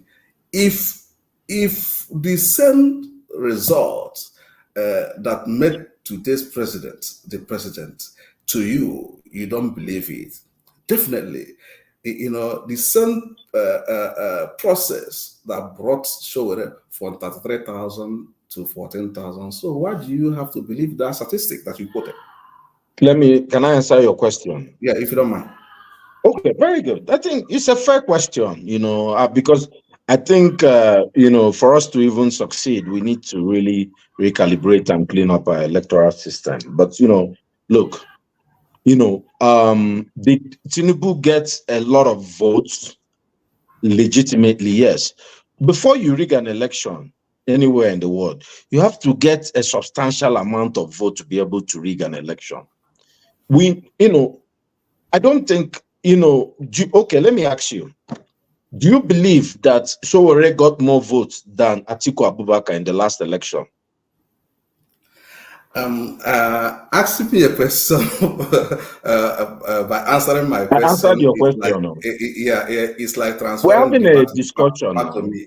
Yes, yeah. So what I'm saying is in good faith. It's in good faith. No, I don't want to trap you. I understand. What I'm saying is that we are in a deep shit. We are in a deep shit. So whomever that has the capacity, be it little, be it mega, whatever, in any capacity you think you can deploy to influence a positive change out there, do it. I'm not saying that Sowore won. No. Even facts out there shows that Sowore wasn't even near to winning. But what I'm saying is that we are really in a deep shit. And if care is not taken, this is a free fall. There's no going back. No, not if cash. No, we're already in a free fall. It's no good. The system has been. Sorry, gentlemen. I made an error. It's a free flow discussion. You guys can interject. I apologize. Hey, while you were quiet, I understand I make a bit. I don't want you to come and remove me. Okay, but just making decorum. My apologies for that. So it's a free flow discussion. Okay, cool. Thank you. Yeah. So what I was saying before Pastor interjected is that we are already in a very big problem. And I don't hate APC. I don't hate any political party in Nigeria. I don't hate Sowore. I mean, I don't hate the present president of Nigeria. No. But what I'm saying is that we are already on the ground. So what we should be thinking of right now is, how do we get away from where we are today? Because those that kept us where we are today, they are increasing in their strength, and we continuously get diminished. So their strength over us is getting overwhelmed. So let us go ahead, Ewan. What you said is very true. We are on the ground, to be honest. You see everything, right? I feel Peter Obi is also a good guy, I mean, Peter Obi, there is no way you not like him, but that does not mean, when you say Nigeria don't like Sowore as president, I don't think that's a fact. because this is a country where the whole Ganifa Wahimi contested for an election. Who doesn't like Gani? They voted for him? No. Femi Falana contested for governorship in Ekiti. Nobody voted for him. So the history of Nigeria, the truth is we don't have an electoral system. This cabal, this so cabal, trust me, million times, they will prefer even Peter Obi to be in power than Sowore because they're scared of Sowore to death. This is just a fact right there. Peter Obi is part of the status quo. It belongs to the system. It's part of the system. Let's stop removing from the system. Peter Obi belongs to the system. It's just that it's a lesser evil than other that contested with him in 2023. This is just the honest truth. When people are saying it doesn't mean like, oh, so anyone hate anybody. I've never met Sowore.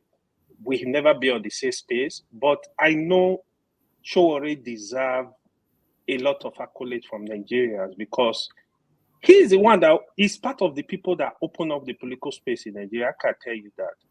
Sowore exposed a lot of evil that we are going on in Nigeria, the corruption, in fact, there was an interview, a politician was asking Sowore, where are you getting all this information? Like, the kind of information that guy was exposing, no Nigeria TV station could have been able to do that. I mean, I know he's not a perfect human, but just as I speak today, in 2027, if I'm in Nigeria, it depends on the candidate. I can vote for Sowore. Can I let Sowore be my president? Yes, I will. Can I let Peter Obi be my president? Yes, I will. It depends on who is on the ballot. That is how I choose the person that I think this is a lesser evil.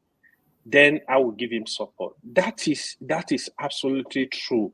But the system we currently have now cannot produce any credible candidate. We know this and no peace. Forget it. They're going back to 2027, forget it. We don't have a system that could produce any credible candidate. Not even as a president, even in the state. How many percentage? Even as for assembly, even councillor. This is what we Nigerians need to fight. If we don't, we are in deep shit. You listen to some of the governorship candidates. Oh, you see the level of cluelessness. You like, what the heck? Who is going to do the job for you? You don't even understand basic things. How are you going to make decisions? So these are issues. Not only in the north, I feel it's even worse. Like you see governors, all they do, they just sit in Abuja, they wait for allocation, they go back home, stay 1-2 days, they are out of their state. This is what is going on. If you take statistics of the whole country, it's few, small percentage of Nigerian governors that really see that and say, you know what, this is the right thing, this is what I need to do. They really look at issues, look at stuff and said, this, we need to do this. So in all these people we are able to call it, how many of them are better than Sowore? If you ask me, how many of them? So the thing is, I know we have a lot of work to do. All of us need to know this. But if you ask me to choose a president for Nigeria today, I will choose somebody. I would prefer somebody that does not belong to the system. It would just like what happened in Senegal, where they bring a fresh guy from nowhere to, hey, come and lead the new Senegal. We need somebody to lead the new Nigeria. If we allow these politicians that are there today, all of them, they keep recycle. That's why I don't argue about them. I'm not going to come and tell you, oh, there is Conco, so is this, is this. They are all based on the same feather. To be honest, we need more. We need more. Do you know what the caliber of people Nigeria have that can lead the country? It's because the system is not working. If the system is working, you will see credible people coming up to say, okay, they know they got the system. They can tell the people what to do. Thank you. Yeah, AY, I would like to ask you a question if you don't mind. Pastor, sorry for no, 1 second. Mr. Murray, backstage, if you want to come on the platform, please could you turn on your camera? Thank you. The floor is back to you, gentlemen. Thank you. Yeah, AY, you keep on saying that if we if we are allowed to choose, you will choose a lesser evil. If we are allowed to choose, I think we are living in the. You are presenting it as if we are living in the world of yesterday. We're talking about today. Will you be allowed to choose? When will you ever be allowed to choose? You will not be allowed to choose, because, as I said, it's like a tangential graph. As Wike even used to sing it in his show, and as he they pain them, he they sweet us. So they are making the pain so much on you that will be allowed to choose. Definitely, you will not be allowed to choose. Since you will not be allowed to choose, must you continue waiting till when? Until when? So now, what do you have in your hand that you can use to influence a change, no matter how small it is? Even if what you have cannot take you from point A to point Z, let it take you from A to B. You know that you have achieved some level of milestone. You will consolidate on C and be looking on way forward. So what do you, AY, has? What do Nigerians has? Now that they can use to make a change? Because if you continue waiting for the oppressed to give you that chance, to choose, I think the answer is sorry, because you're not going to get it. Yeah, what I really mean by that statement, right? If I'm allowed, I meant like the way the system is today. Let's say you want to conduct election in Nigeria today. I don't have option. Sorry, I have to choose. sorry for interjecting. I want us to go on what Chuk said. Chuk, is this what you just said? Am I correct? What does Nigerians have in their hands to make a change? Chuk, am I correct? Yes, exactly. Okay. I want us to go in this direction, please, gentlemen. What do we as individual and Nigerians, we're not talking about the elite or those in a position of power. If I'm correct, please. If I'm wrong, correct me. What do we have in our hands to make a change? I mean, our own little way. If it's just from point A to point B, and somebody else have from B to point B, C, D to D. So let's go on this trajectory, on this narrative. Please. Thank you very much. I actually love this phrase, actually. Yeah. Well, yeah. What does Nigerians have in their hands to make a change? Yeah. I would say the biggest thing we have is our voice. Like the voice, we have the voice to make that change. So let's start with the electoral system. The only difficulty now is the hunger in the land is not making people to think critically. Just for example, let's say the Edo election is coming this month. What you will see is on that day of election, a politician is going to be giving people money, go and vote my party, especially APC or PDP. They give you 5,000, vote for my party. Show me you voted for my party, I'll give you the money. Why? Because of the hunger. Because hunger is a weapon, actually. It's a weapon to really torment the people. That's exactly what the Nigerian politicians are doing. But the people that are enlightened, that know what the time is, they need to keep speaking to the people. They need to put pressure on the government to do the right thing in form of peaceful demonstration. If this is one thing that is we gotta keep doing, because even the people in power today, the Asiwaju and co, even during the military, they were able to fight against the military. You see, but today is the same man that is arresting people for a peaceful protest. Charging them for treasonable offense. This is unacceptable. The voice That is why we as people all over the country, we need to come together, the common man. Keep telling these people they have to do the right thing. Because I feel when we have an electoral system that is working, where the power will be with the people, that would be a big weapon. Trust me. If the president, the governor, if they know that the next election the people are gonna vote them out, I think they will sit up. That is why even them, they know they don't even want the electoral system to work so they can do what they like and rig themselves into power.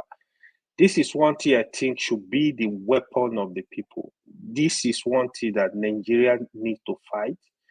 They need to make sure like this our electoral system is gonna get fixed, is gonna work for the people. That is one some of the point I think can really work for the people. Yeah.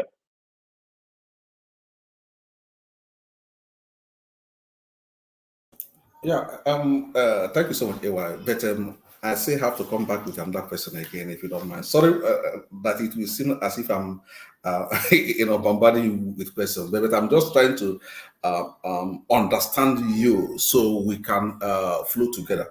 You said if the politicians know that they are gonna be voted out if they do not do well, they just have to sit up.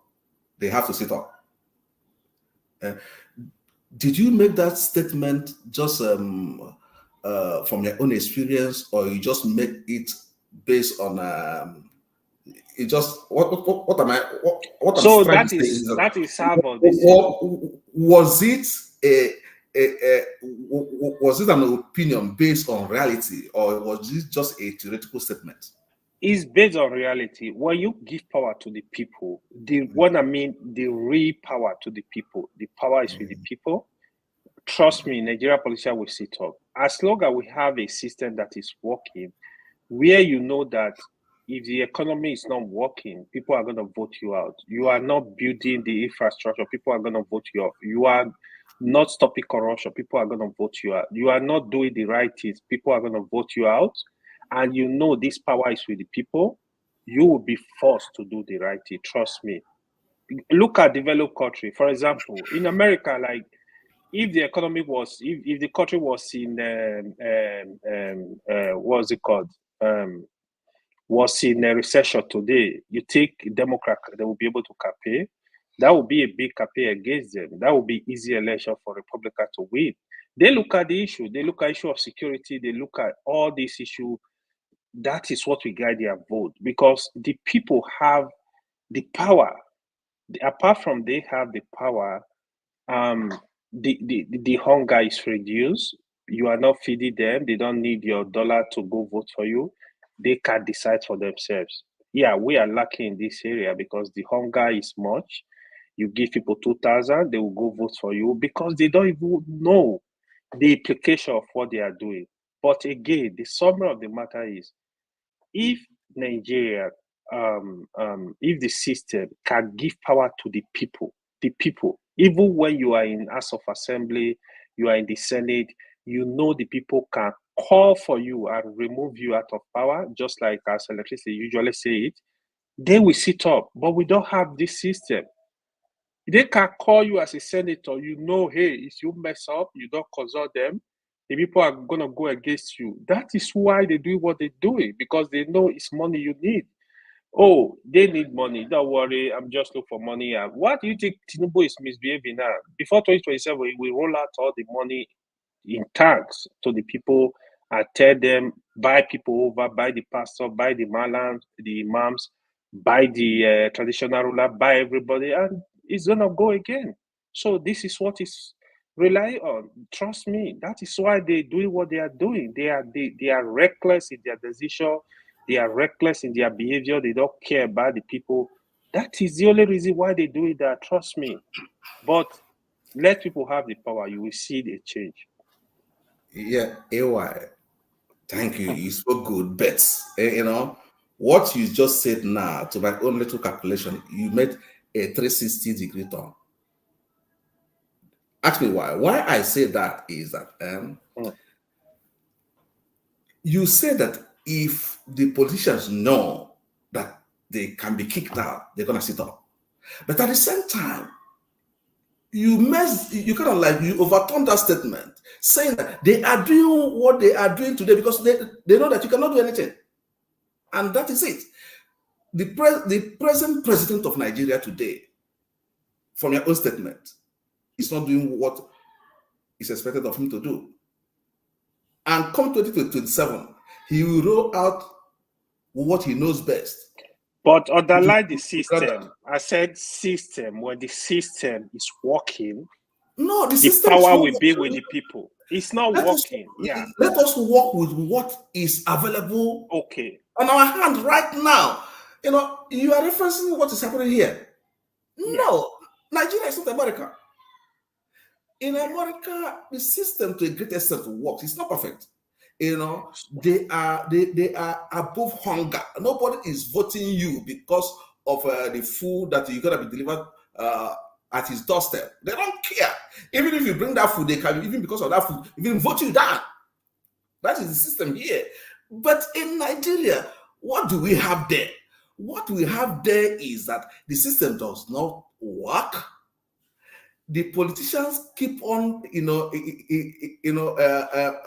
making it difficult for it to revamp or work. Sorry, my brother, sorry, you've been going. I think you guys are just going in a circle. So let me just try to break it up a little bit. See.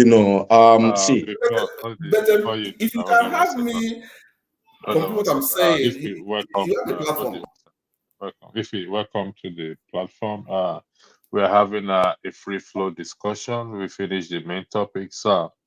Also trying to allow panelists to speak without much interjection and maintain high decorum. So you're welcome to the platform and you can join the discussion there. So, all right. So the floor is back to you, panelists again. Thank you. Okay. So if you want to go ahead and if you have something you came to, say, I'll let you go ahead and shoot. You're muted. I said good evening. I don't even know what you. Good evening, everybody. Hi, AY. Long time. Chuck. Andrew. Hi, guys. I don't know what. Okay. Okay. So let me just. People are talking about. I just finished seeing my last patient that I logged and I saw you guys. First and foremost, this broadcast was dedicated to Rudolf for his great work towards Nigerians' betterment. And the question that was asked earlier was this question: does Sowore have the ability to unite, divide, and divided Nigeria towards 2027? We discussed this earlier. You can weigh on it if you want to. It's up to you. Then the floor was made a free flow for it. So I'll yield the floor back to you again, lady and gentlemen. No, I said, they were going round and round, so I wanted to break the circle. My point is, Chooks, you keep asking all these questions, but if I heard you correctly, you said, from what you said, there is no answer to the question. You said, you asked this question that, electricity felt was very great question. What does Nigerians have in their hand to make a change?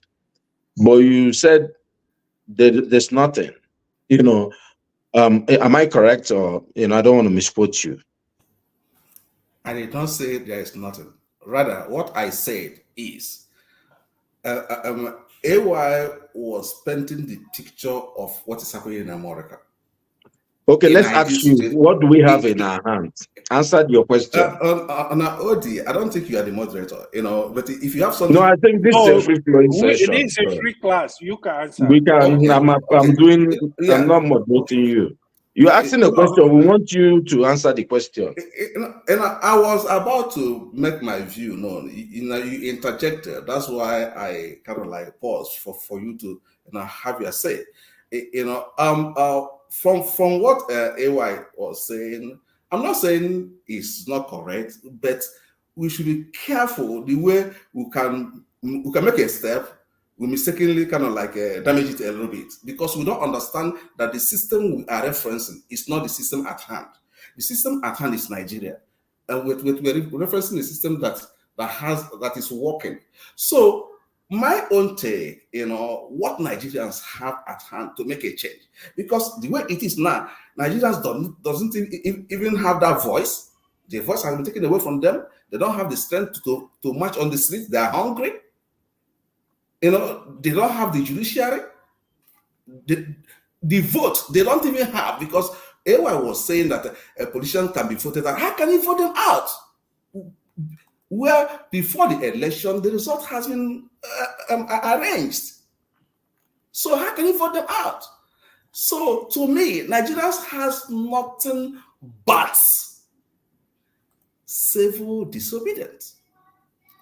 Say no, sit at home, reject the election. Where they can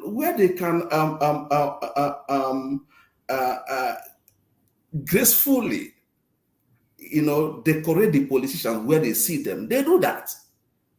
That is the only thing they have. You don't have the vote. You don't even have, this is the result. Have it. If you don't want it, go to court. You don't even have the courts. You're hungry. You can't even sustain yourself. So the way the system is now. So sorry, I asked him the question. Wait, let me just go. Okay, go ahead. You guys can go ahead. Actually, no, I'm done. But so let me just say something. 30 seconds. That's civil. I think you still misquoted me, right? You need to emphasizing on the electoral system needs to be changed. We need to have a workable system, so the power will be with the people. I don't know why you cut that part out, because if we can't do that, we can't move forward. That's what I'm saying. The way the system is today, anything can happen. We don't have a system that will produce good people. I think your point is well taken. I think it's a point that most people agree with. Things are not working. If we have a system whereby people are held accountable, they're going to behave, or we vote them out. And that's the utopia. That's what we are hoping to get at some point, whereby we don't care, even if you're a Biraman or let's say you're from China, but you're naturalized in Nigeria, and you're the best candidate, we'll vote for you, and you just do the good thing. So I wanted to, get from Chuks what he meant, but what he said is actually what I was saying. He said, do nothing. He said, stay at home, sit at home. If you get a politician, I'm not sure, I think he had a colorful language of what to do to them. But, me, I completely, I don't, trust me, we have experimented with that particular position in the country very recently. That place is called the Southeast. They've been sitting at home for the past how many years. Things are just getting worse. Criminals are taking over. So, there's every country will have to go and take their destiny in their hands. Civil disobedience, I don't believe civil disobedience in the idea of, sit at home. No, you have to go there, like all these Far East Asian countries, that Sri Lanka, that went there and chased the people out. But,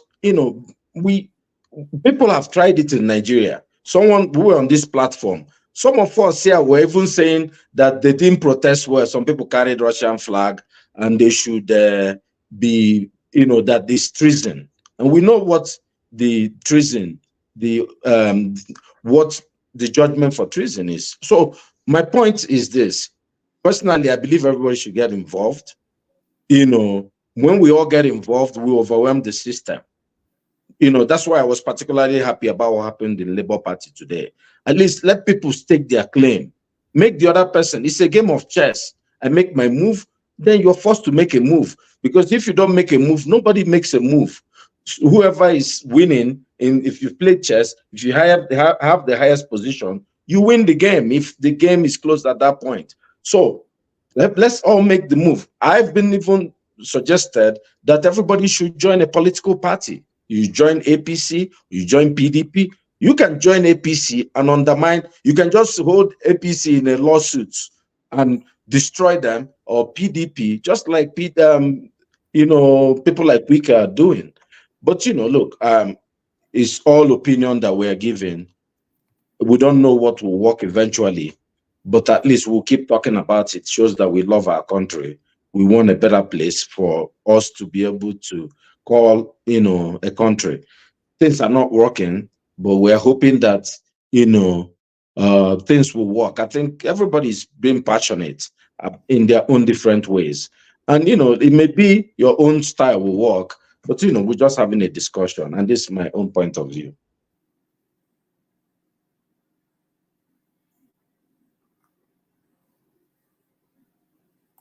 All right.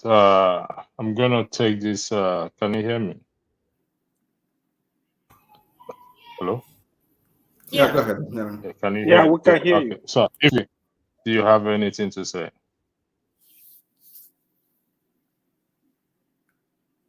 If you can you hear me? Okay. If you divide the country now.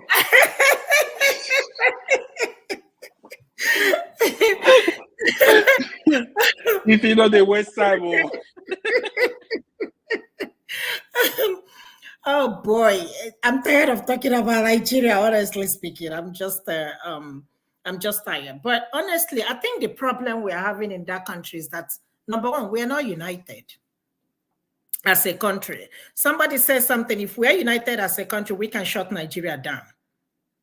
But we are not. When this person will tell you, Omo Igbo, Omo Yoruba, Omo Hausa, and all that stuff. So we are not. So we can do that. Look at Sri Lanka. Look at what they did, like somebody said here. If you want to drive these people out of power today, you see all these things that they put a military tank during this protest, that will not even face anybody. How many people will you shoot? How many people will you buy? But we are not united anyway. And that was another reason why this thing was not successful. When they were busy sharing 5,000 and 10,000 naira to people, and they will tell you their life is good. We have seen it. Somebody just mentioned, I think I was listening, and said things got worse after the protest, and that's true. How can a country with crude oil that cannot even is from here, from one city to another? People are even begging at 1,000 naira still. They can't even find the fuel to pay 1,000 naira. I mean, which kind of country is that? Or what kind of country is that? How did we get to this point? And it's like nobody. What you posted and something about Sowore. Sowore cannot unite Nigeria. Sorry, he cannot. Even if other political parties march together, I don't think they can even win the next election. The problem is not winning, because we know that if things are done properly, Tinubu will leave 2027. But what is the essence of having an election in Nigeria while, according to Delefaro to me, that INEC will perform? What is the essence of it? But if we citizens unite together and shut that country down, trust me, everybody will be on the run. Look at little protest. All of them, the House of Assembly, they all left the country. Just little protest. So imagine shutting the country down for 1 week, 2 weeks, 3 weeks. Trust me, 1 month, 2 months. If Tinubu, if he doesn't hear, he will hear by force. He will hear by force because the pressure will be there. But, it seems like some people are buying bread 500 naira and some people are buying 2,000 naira. So that's why it seems as if the only people talking are the people buying 500 naira. So let all of us suffer it. We haven't learned. Like I said, so we will learn. Invariably, what we are saying is that we have something in our hands that we can use to make a change. What kind of change? Tinubu wasn't the president and rigged the election, and now he's in power. You think you're gonna take this power away from him? Huh? He has placed everything, and we are seeing it. The time we're supposed to have this thing done, we did not do it. The protest. First of all, when he was appointing all this, the Lagos. Is it too late? Well, what I'm saying is that we are not serious because these things did not happen overnight. We come here every day and talk about all these changes and nothing was done. We are not doing anything. When he was appointing all his family members, his son-in-law, all of them, nobody said anything. Why all of a sudden now we are trying to go and protest? As long as somebody mentioned on Arise TV, if we don't do something about our judiciary, nothing is going to happen. You see this INEC? You see this judiciary? If we don't do anything, reform, some sort of reform, nothing is going to happen. Tinubu, if the Obi and his crew, if they like, they can merge with everybody in Nigeria. It will be Nigeria against Tinubu, and Tinubu will still win the election, unless we all unite together. But as long as I'm buying bread 500 naira, and somebody else is buying it 2,000 naira, we are not in this together. So meaning that somebody like Mwike will threaten in a country where things work. Somebody will tell you that he's gonna set a state or put a confusion in a state of this thing, in a confusion, in a state of confusion, and nobody said anything. Mwike will open his mouth and be talking like somebody from OP worker, and nobody's challenging him. Nobody's saying anything. And you're talking about the election. Nigeria is anybody. Come and say whatever you want to say, and you should get away with it. No, I mean, what? Changes in Nigeria, it will not change. It will not. Today I saw the list that came out. I think they said list of people. Nigeria was, I think we were ranked 3rd debtors in the whole world, people that borrowed. Nigeria the 3rd. I look at our country. I look at how much we have borrowed so far. And nobody's saying anything. These people, they come here, buy houses, pay cash, and nobody's saying anything. Money speaks in the country. You give somebody 5,000 naira, you will shut the person down. We need to have revolution of mind. That is even number 1. Revolution of mind is very important. In a situation where, like I always tell people, I don't know the amount of money you can ever give me to buy me. Maybe because I've lived in this country enough and, I am exposed and know that, things are done right. But for somebody living in Nigeria who has never seen, I just finished talking to my girlfriend in Nigeria and she said to me, Ify, question. I said, what? Do they ever take light? I said, yes, something might happen, thunder, lightning, but not just take light. She said, I said, yeah. We're not talking about electricity here. We're not talking about, no. I said, no. So imagine a country, 60-something years, we're still talking about electricity. Somebody's campaigning, telling us they will give us electricity, telling us they will give us water, telling us they will give us, they're not even talking about healthcare. Telling us they're going to build roads. Are you serious? After 60-something years, we can't even boast of anything that we can be so proud of as a Nigeria. The only one resources, natural resources that we have, which is mainly just more or less our major exporter, crude oil, we still don't have fuel in Nigeria. I have all remembered one time since I've been in this country, I think I've only queued one time. I think it was during a Bush administration, 30 minutes. I queued on the line, just one time. So I think our leaders just deliberately just don't want the system to work for us. NNPC, they are owing $6 billion in debt. How? And President Tinubu is in charge of the crude oil, right? Petroleum minister, right? Just like Tinubu, just like Buhari. Under your watch, $6 billion in debt. And now Dangote's refinery is working, and they were asking him about price. And he said he's waiting for NNPC. And I'm like, wait a minute. Did or fuel in Nigeria? It's just like me buying something from here, and I will ship it to somewhere in another country. And then I have to take permission and tell you, AY, I'm waiting for AY to tell me how much I'm going to. Seriously, is this a communist country?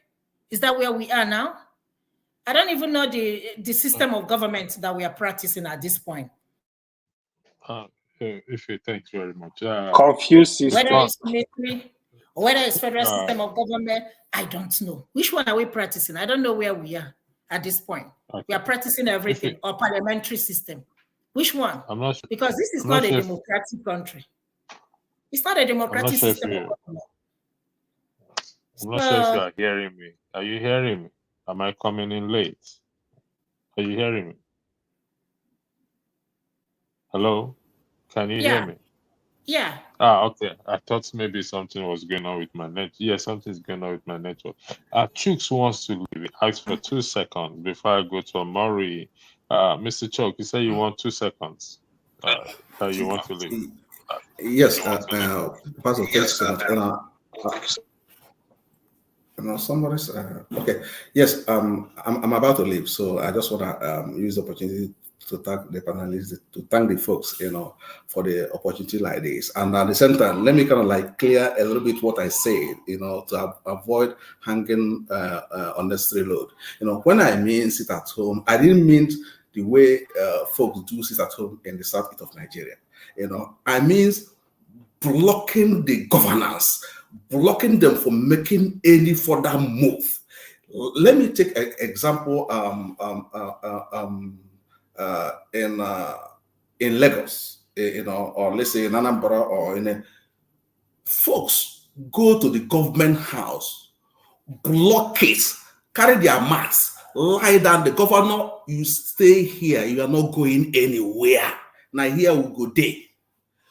Because we don't have any other thing to do. These guys are so impoverished, nothing is working. So not to sit at home where your economy will be messed up, your children will be hungry, and at the end of the day, you achieve nothing. Sit at home on Monday, Tuesday, you go back to the business. What happened will keep on happening. Rather, we'll find a way to put these people in a cage where they will not move. I think, because I'm responding to what the person asked. What do we have at hand now?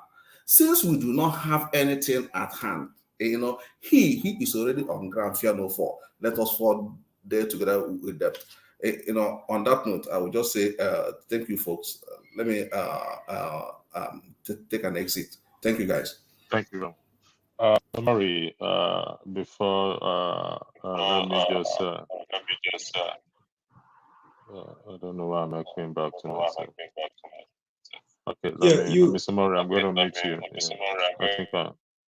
Okay, yeah. Mr. Murray, we started, you can see the question, the topic for the day.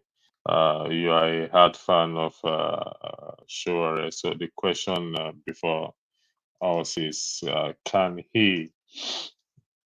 does he have the ability to unite a divided and divided Nigeria towards 2027? Mr. Murray, the floor is yours. Thank you. Yeah, thank you very much, Electricity, for having me. It's always a delight to be here. Before I start, I want to crave your indulgence to, first of all, be fair to Sowore by amending the tone of your topic. Liking Sowore to a wolf, I think it's tantamount to, to insanity. It's like you're not giving us the picture of Sowore as a human being. That's just my own view about it, about what the topic is talking about. I have to take my leave at this point. Thank you. Good night. Yeah, it's not a wolf. And again, you don't conclude, but I'm not a diehard of Sowore. I have the courage to speak the truth wherever I find myself. You see, another thing you ask is, what do we have to bring about in the system? We have a lot of power. The power belongs to the people. Sovereignty belongs to the people. But the question should be, how are we willing, how ready are we to use the power at our disposal to bring about the change we need? I think that the question will be better that way. And the problem lies with the people. We are so much divided along the unnecessary sentiment, primordial sentiment.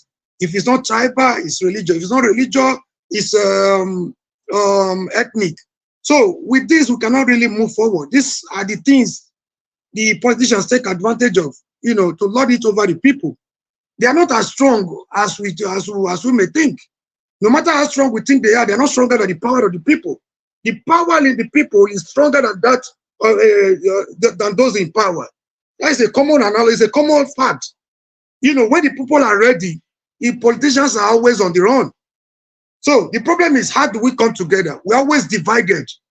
You know, even as we are here, we're not up to 10 here. The division here, the sentiment here. If you want to listen to the problem of a greater Nigeria, you listen to a microcosm of a discussion of Nigerians, just the way we have here.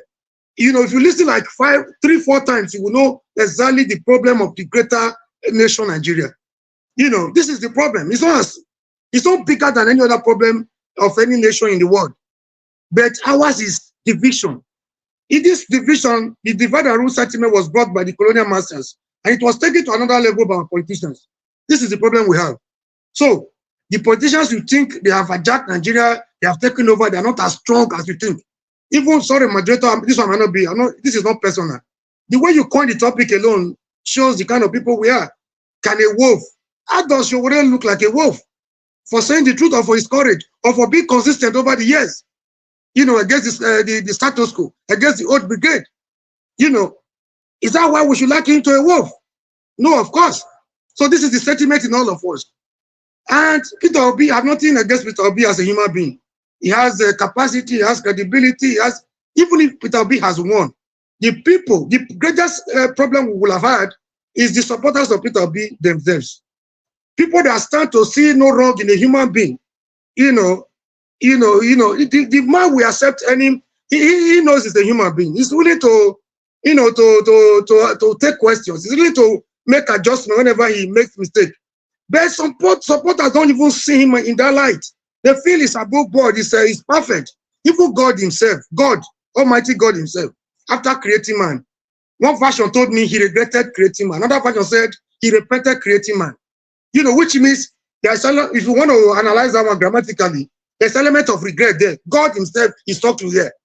See what man has become. He regretted creating man. Another version said he repented creating man. This is God himself talking. So if God could, I mean, I don't want to say something that will not be too, that will not be too palatable here, especially with the Christian food. If God himself would have regretted creating man, God is perfect. He's the only perfect being on earth. You know, if we could say, seeing what man has become, he regretted creating man, he repented of creating man, it means there were some elements of regret, quote and unquote. So this idea of free will, bringing somebody down, we always sit down to look at the negative side of Sowore. He's a human being like every one of us. But has he done his best as a human being? Has he been consistent? I've known Sowore for more than 3 decades. Has he been consistent? Has he been courageous enough even to confront the power that be? Of course, none of us can deny him that fact. So instead of always looking at the negative side of Sowore as a human being, how much support have we given to this gentleman so that we can bring about the much needed change we need in our society? The panelists that just spoke last, made a lot of valid points. If somebody came here, was analyzing the number of votes he had, the first election, second election. You cannot give what you don't have. He cannot get more than what we gave to him, even when it was really the true sense of it. They said it was ascribed, it was allocated to him. If Nigeria had actually come out a mass to support Sowore, I think we would have gotten more than what he has. Sowore, the only limiting factor Sowore has is the support of fellow Nigerians. So, and another person raised another pertinent question.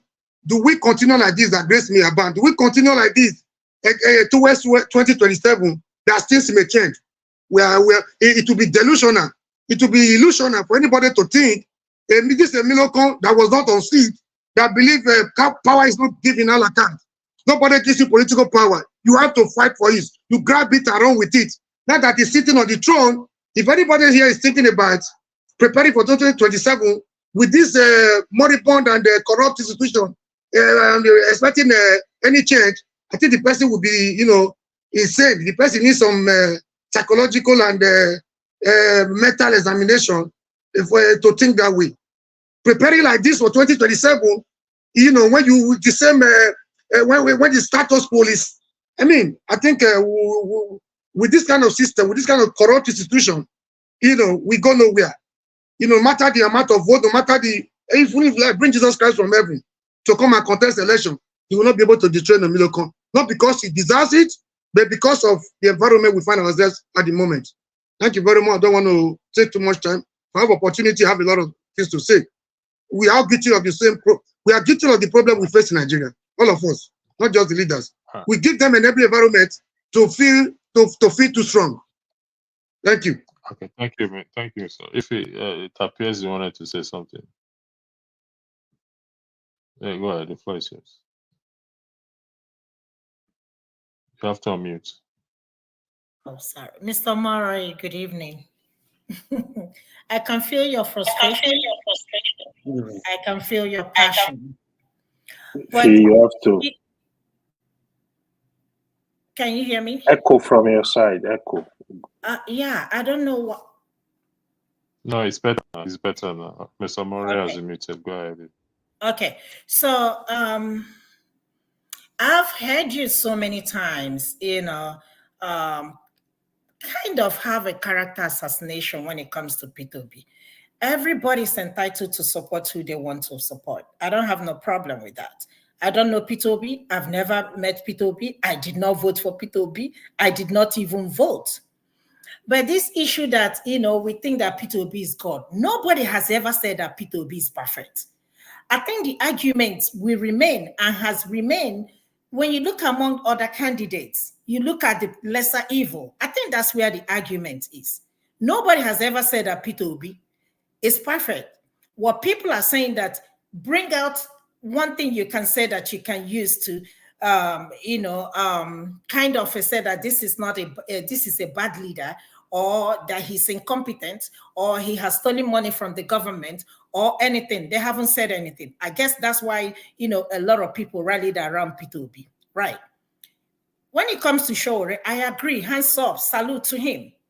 But Sowore cannot unite this country called Nigeria. I am telling you, it's not anything personal.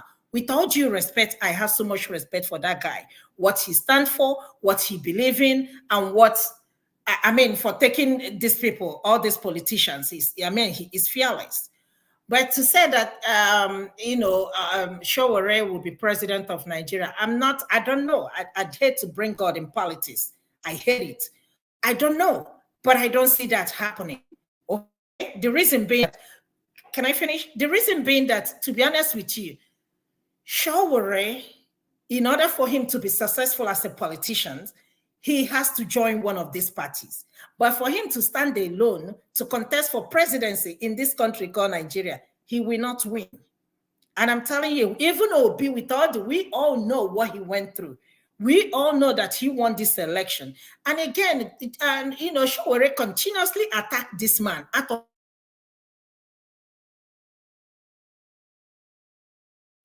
Obi Erufai, marching together for 2027. And before you came in, I said, if they want, they can march with everybody, and Tinubu stands alone. Tinubu will still win 2027. The only thing I said that will work in Nigeria, if all of us unite as a country and shut the country down, that is the only way. But, saying that Sowore is this, P2B is this person is this person is that. I haven't seen any competent person that have, governed Nigeria or rule Nigeria or lead Nigeria. But I will stand here and I will tell you, it will not be Sowore. Okay, I know you have so much love for him, which is okay. I have so much respect for him. In fact, I want him to win if he can win. But unfortunately, he cannot win. We know how our country is. It's not even in the country of this 200 million. I have always been a campaign. Before, immediately I got here, AY says something, if you will say divide Nigeria. That is where I have always stand. Divide this country, let everybody go their own way. Because this thing we are trying to bring together is not working. Patching us together, I feel that we are being forced to stay together as a country. And it's not going to work, no matter whoever becomes the president. When people come here and focus on the Northerners, the Northerners only people in this country. Why should we always focus on the Northerners? I have a problem with that. If we say that we are all Nigeria, we all of us, we all be worried together as a country. But if we're focusing on the Northerners, you have to respect the Northerners. If Northerners want to be respected, they can form their own country and stay by themselves. The Southerners can stay. The Easterners can stay. They can divide the country. Let everybody go. But as long as we are together in this country called Nigeria, like Mayegu will always say, we can never be successful. Anybody expecting anything good out of that country is just a waste of time. Let us understand it and understand peace. Even if you hand Sowore this country and say, Sowore, go, be our president, he will still not achieve anything. I'm telling you. The only thing you can say, maybe Obi or maybe Sowore, is that they might kind of, have a cut down on the cost of governance. I think that's what they can do. But telling me that they're going to unite this country, I haven't seen anybody that will unite this country. The only way this country can be united is by dividing it. Everybody go your separate way. Can I quickly respond to that, sir? Before you respond, can you mute, please, Mr. Murray? Respectfully, maybe you should check the definition. What is a lone wolf, or I always use as a lone wolf. You said it's describing is Sowore an animal? No, that is not what that statement stands for. So I'm not describing him as animal, and neither has this platform described him as animal. Just for the purpose of the audience, a lone wolf is described as a very independent or solitary person.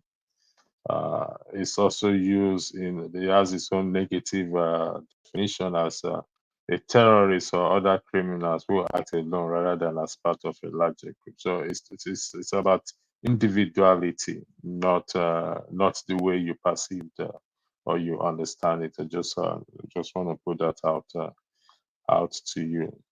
Thanks for correcting. Said the topic is not what it is, but I won't weigh in on that. So the floor is yours. Thank you. Yeah, thank you for the clarification. But I still think it's not fair enough. A lone wolf, I might not be an expert in English language, but I understand to a reasonable extent when I see, in terms of grammatical expression, I'm not that dull. So that being said, if you can modify it, good. If you cannot modify it, I can't force you to do otherwise. It's not a lone wolf. He's alone because he lacks the support Nigerians, he needs from Nigerians. But to correct the last panelist, Madam Ifi, good evening. It's nice to see you. Well, I have nothing whatsoever against the person of Peter Obi.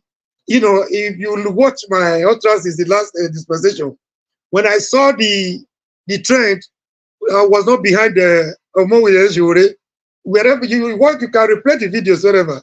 When I saw the message of Sowore was not resonating with Nigerians, my best alternative was Obi, to whoever that cares to listen to me. I was like, no, if we can get it, if we can't get it through Sowore, we can get it through Obi, and Obi presidency will create an enabling environment for the likes of Sowore to emerge. There is one thing people are not getting. Sowore may not even be the president, but he can be the catalyst, that will speed up the process for the likes of Obi to emerge. This is one angle we are not seeing it from. Why can't let me learn, madam. When you were talking, you said I should not interrupt, so I was calm so that I will give you. Yes. Sorry, man. I'm not angry. Well, sometimes I talk like a stammerer. It makes me look as if I'm shouting. I'm not shouting. You see one thing. We need them all. We need the likes of Sowore. We need the likes of Obi. Somebody spoke before, before I came into the show, was liking Obi to Jonathan. Another person spoke in another forum to say Obi will be weaker than Jonathan. See, they all have their own reasons. From what I've seen so far, too, Obi is credible. Obi is, is capable. Obi has all the qualities of a leader.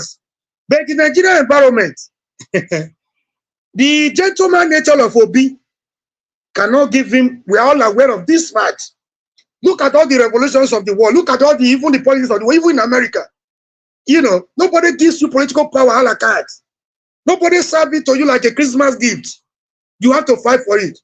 Nobody, a lot of people might not believe me on this ground, but when you get home today, reason if you already had be given the 6 million votes Obi had, I can swear by my father's grave that Sowore will not go to his house to sleep at 3 o'clock while Mahmoud and his court were manipulating results.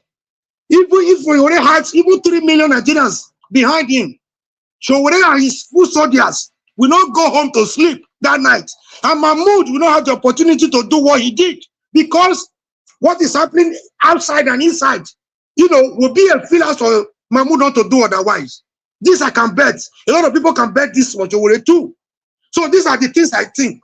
We need all of them together. In my last discussion with another sister forum, people were like, oh, Bishop resign. The Nigerian environment is not good for his kind of politics.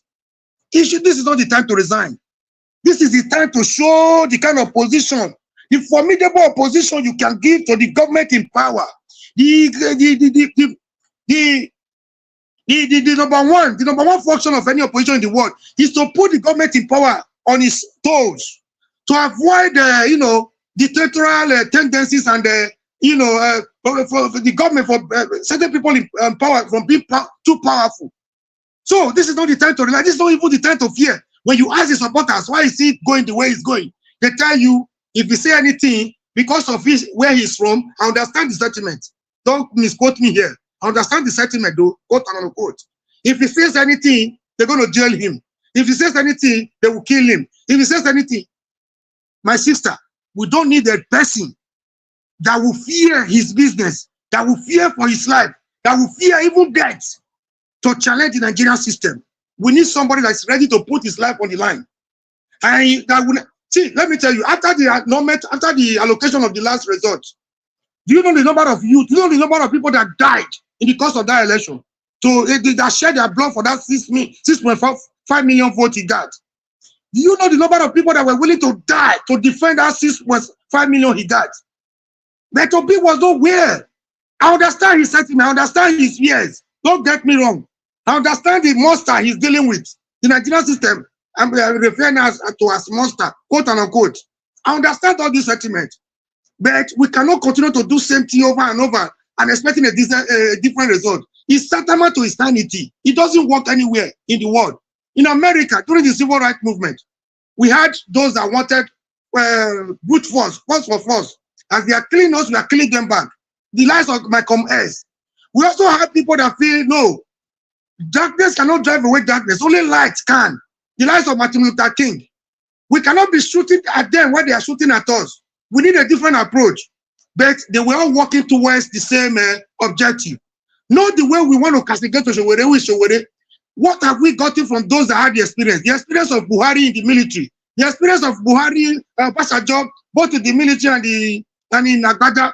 The experience of this guy now, the sitting president, Emiloko, from this Nadeko and from his being the Lagos state government and from the Senate. What have we gotten from these people?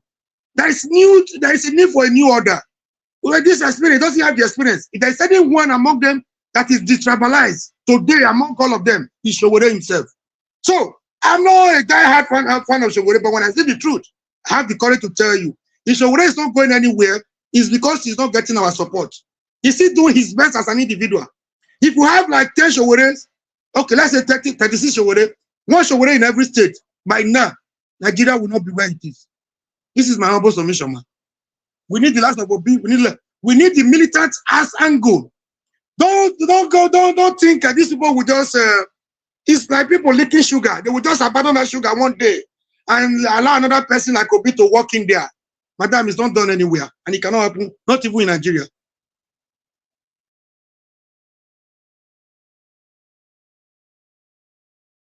Ify, do you want to respond? So this is, I think we are just running around back and forth. This is the thing. If whoever feels that they have the interest of the citizens, I'm not a fan of anybody, point of correction. Like I said, let me make it clear. I don't know Peter Obi. I've never seen Peter Obi. I did not even vote. So my vote doesn't make any, it doesn't make any, we are just here rubbing minds. If he really have the interest of Nigeria at heart, why can't he join merge and join the political party? One person must be the president. You mustn't be a president in order for you to fix, support in fixing Nigeria. Everybody has we all have a part to play. But if you're telling me that he's gonna be, Sowore is gonna be by himself, and think that he's gonna be a president of Nigeria, honestly, I don't see. Again, with all due respect, I don't have anything against him. I don't see that happening. Can I answer that question? The last question you asked, can I just quickly respond to that? Go ahead, the floor is yours. If the floor is yours. Have you finished talking? No, he can go ahead. Okay, Mr. Murray, go ahead. Yeah, I understand your, I tried my possible best as a human being, my only two way. I really wish the likes of Sowore, all the progressive-minded people can come together against our common enemy. That would have been nice. But just the way you are thinking, like, I'm not Sowore, I don't live in his mind. He will not do his things the way I would do my things. There's a saying that on matters of principles, some people are solid as Olomoro. They just believe that any concession on matters of principle is tantamount to abandonment of the whole principles. They are so hard that you cannot bend them. I think Sowore belongs to that group. The likes of Sowore will always tell you, why would they want to work with Udobi? I'll give you a vivid example. So no matter how bad the people want to paint Sowore, do you know the approach he's taking is even better than some people? Do you also think that it would have been better for a person like Obi to form his own party than trying to go the easy way of joining Labour Party? If he had formed his own party with like-minded people, I know they cannot win alone, but they will have control of what they want, or where they started from, or where they hope to be. They would have been in charge, so to speak, instead of joining the lives of criminals like Abure. Look at what it has taken us to. Now, all the effort of Nigerians, though Obi did not win, I did not see it as a complete failure. The effort was not wasted at the beginning, because certain persons climb under the backs of Obi to get to the National Assembly.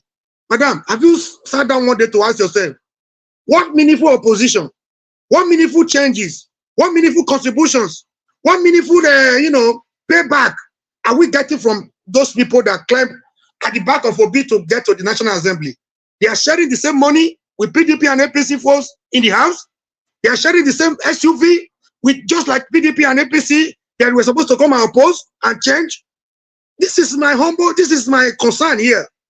No, Obi tried his best. No human being. They thought what they said, or someone said, it was a case of 2-3 people chatting in a room. I knew it was more than that. I knew it was real. I knew the support was organic. But what have we been able to get from that support, from the blood that we have shed in Lagos, in Rivers and Co? It's almost like in vain, because Obi wasn't in charge of the party. He didn't even know those that were contesting on that party. He could not scrutinize them and all that. But the institution were that we always relegate to the background.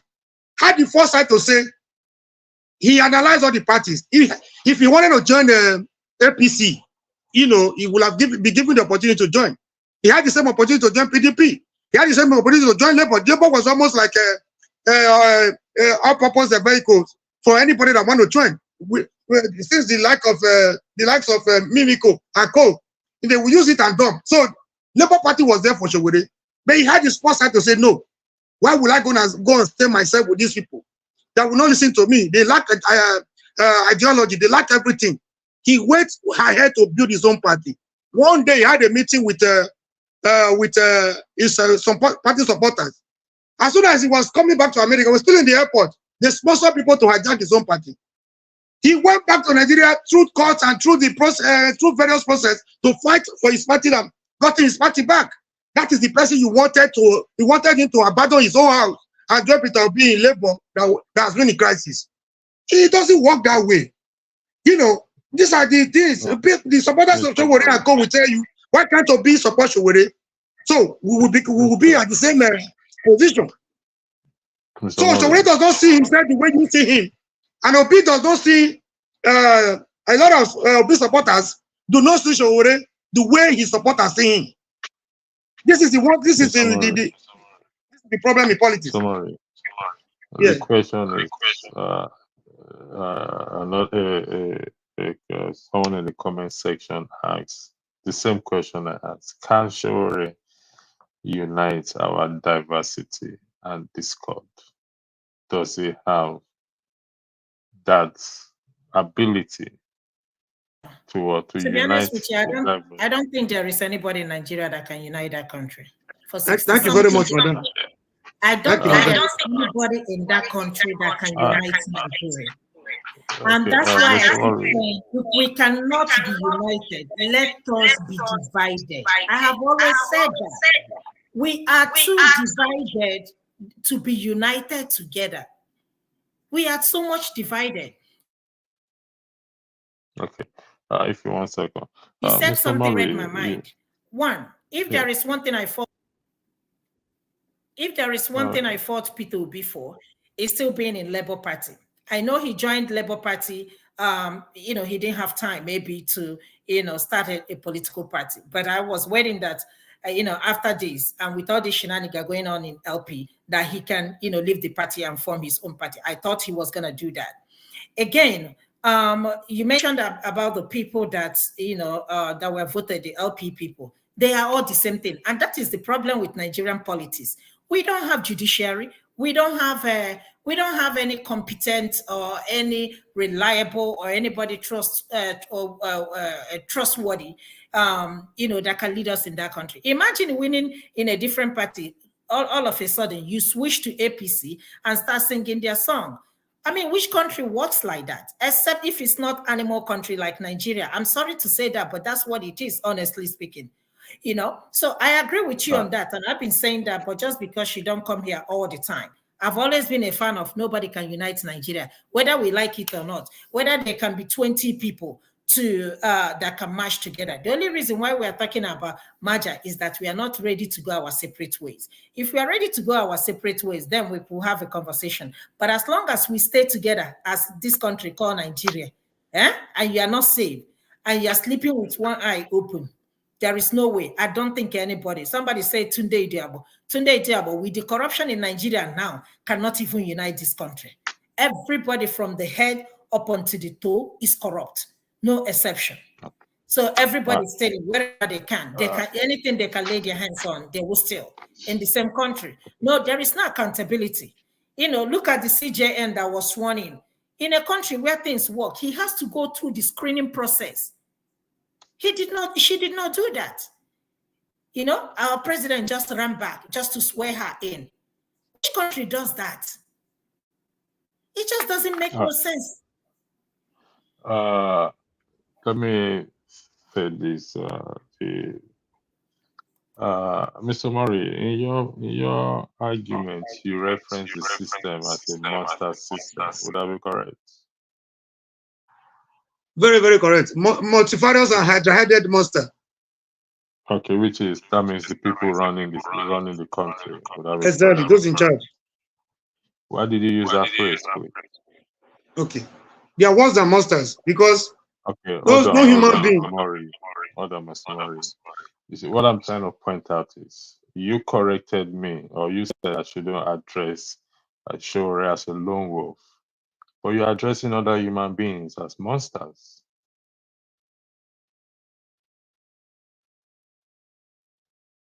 Yeah, can I answer you? Right. Yeah, because they behave like they are worse than monsters in their behavior. No human being will. We thought we have had it all. We've seen it all under Buhari, right? We thought we could not go below that level of Buhari. But I told people that in less than 3 months, I will miss. I can send you the clips where I told that in different fora that we'll soon be missing Buhari if we allow Emilio Khan to come in. No human being, no human being in his or her right senses will come on the day of inauguration, first day, and cause confusion, hardship for his people. Subsidy is gone from where to where? How? What measures did you put in place? Apart from confusion and sounding to be bold and courageous. He didn't care. I mean, he didn't even know the implication of, either he didn't know the implication of what he was saying, or he didn't care. So, such a human being, now that you have seen the confusion, the hardship you have caused, the blood, the sorrow you have brought to your people, you're not even remorseful. You're not looking, you're not, I mean, it's normal for a human being to make mistake. But when you make one, have the courage, the courageous enough to say, oh, this is a mistake. Be willing to reverse your, wrong decisions and make them and move forward. He's making more, dangerous policies that will endanger the lives of Nigerians without showing any remorse. So this is why I see them as monsters. They don't care about the citizenry. They don't care about the people. Now they're already talking about 2027. Where the money that they have stolen, they have not been able to manage it. Only a monster, only something more than a monster can behave that way. I have no apologies, sir. No, I'm not asking for apology. I'm just saying you're calling me out for using a lone wolf for Sowore, and you are using a monster for people. Anyway, we're not going to overflow. I'm not referring to any individual. I'm referring to the system. The monster, a system that consumes its own people. It's a system that drives away the best from the land, that consumes its best. Only a witch and wizard can consume his or her own children. It's human being that run the system. The system is not a imagination, a figment of our imagination. It's human being that runs the system that make up the system. Anyway, thank you for joining. Yeah, you asked another question I was trying to respond to. You asked if there's anybody that can unite Nigeria. I was trying to respond before Madam Ifi with the. Just give us a name. Just give me a name. Who is the person? Yeah, not a single individual has the capacity to unite us. We, the people, are even divided among ourselves. We never agreed on any particular thing. Each time we gather to discuss, it's either on the basis of religion, sentiment, ethnicity, or otherwise. So we are not helping ourselves. Look at the trending utterances in the social media space. Sorry, I'm going to stop you there, please. You were not here when we started. I made a rule. I made this thing that we're focusing on the topic, and nobody has gone outside that topic except for a few seconds or few moments right now, because the purpose of this podcast is about unity, finding somebody that will unite us. So we want to go. I have gone past that bigotry or tribalism, and nobody so far on this platform have made reference to that. So I don't think we will not go that way. If you're correct, if nobody, not one single person is, I have to meet you here. We all have to put hands on the deck. This is just part one of this podcast. We'll do part two again, and so I will have to bring the broadcast to an end. And thank you all for joining. Have a lovely night. Thank you.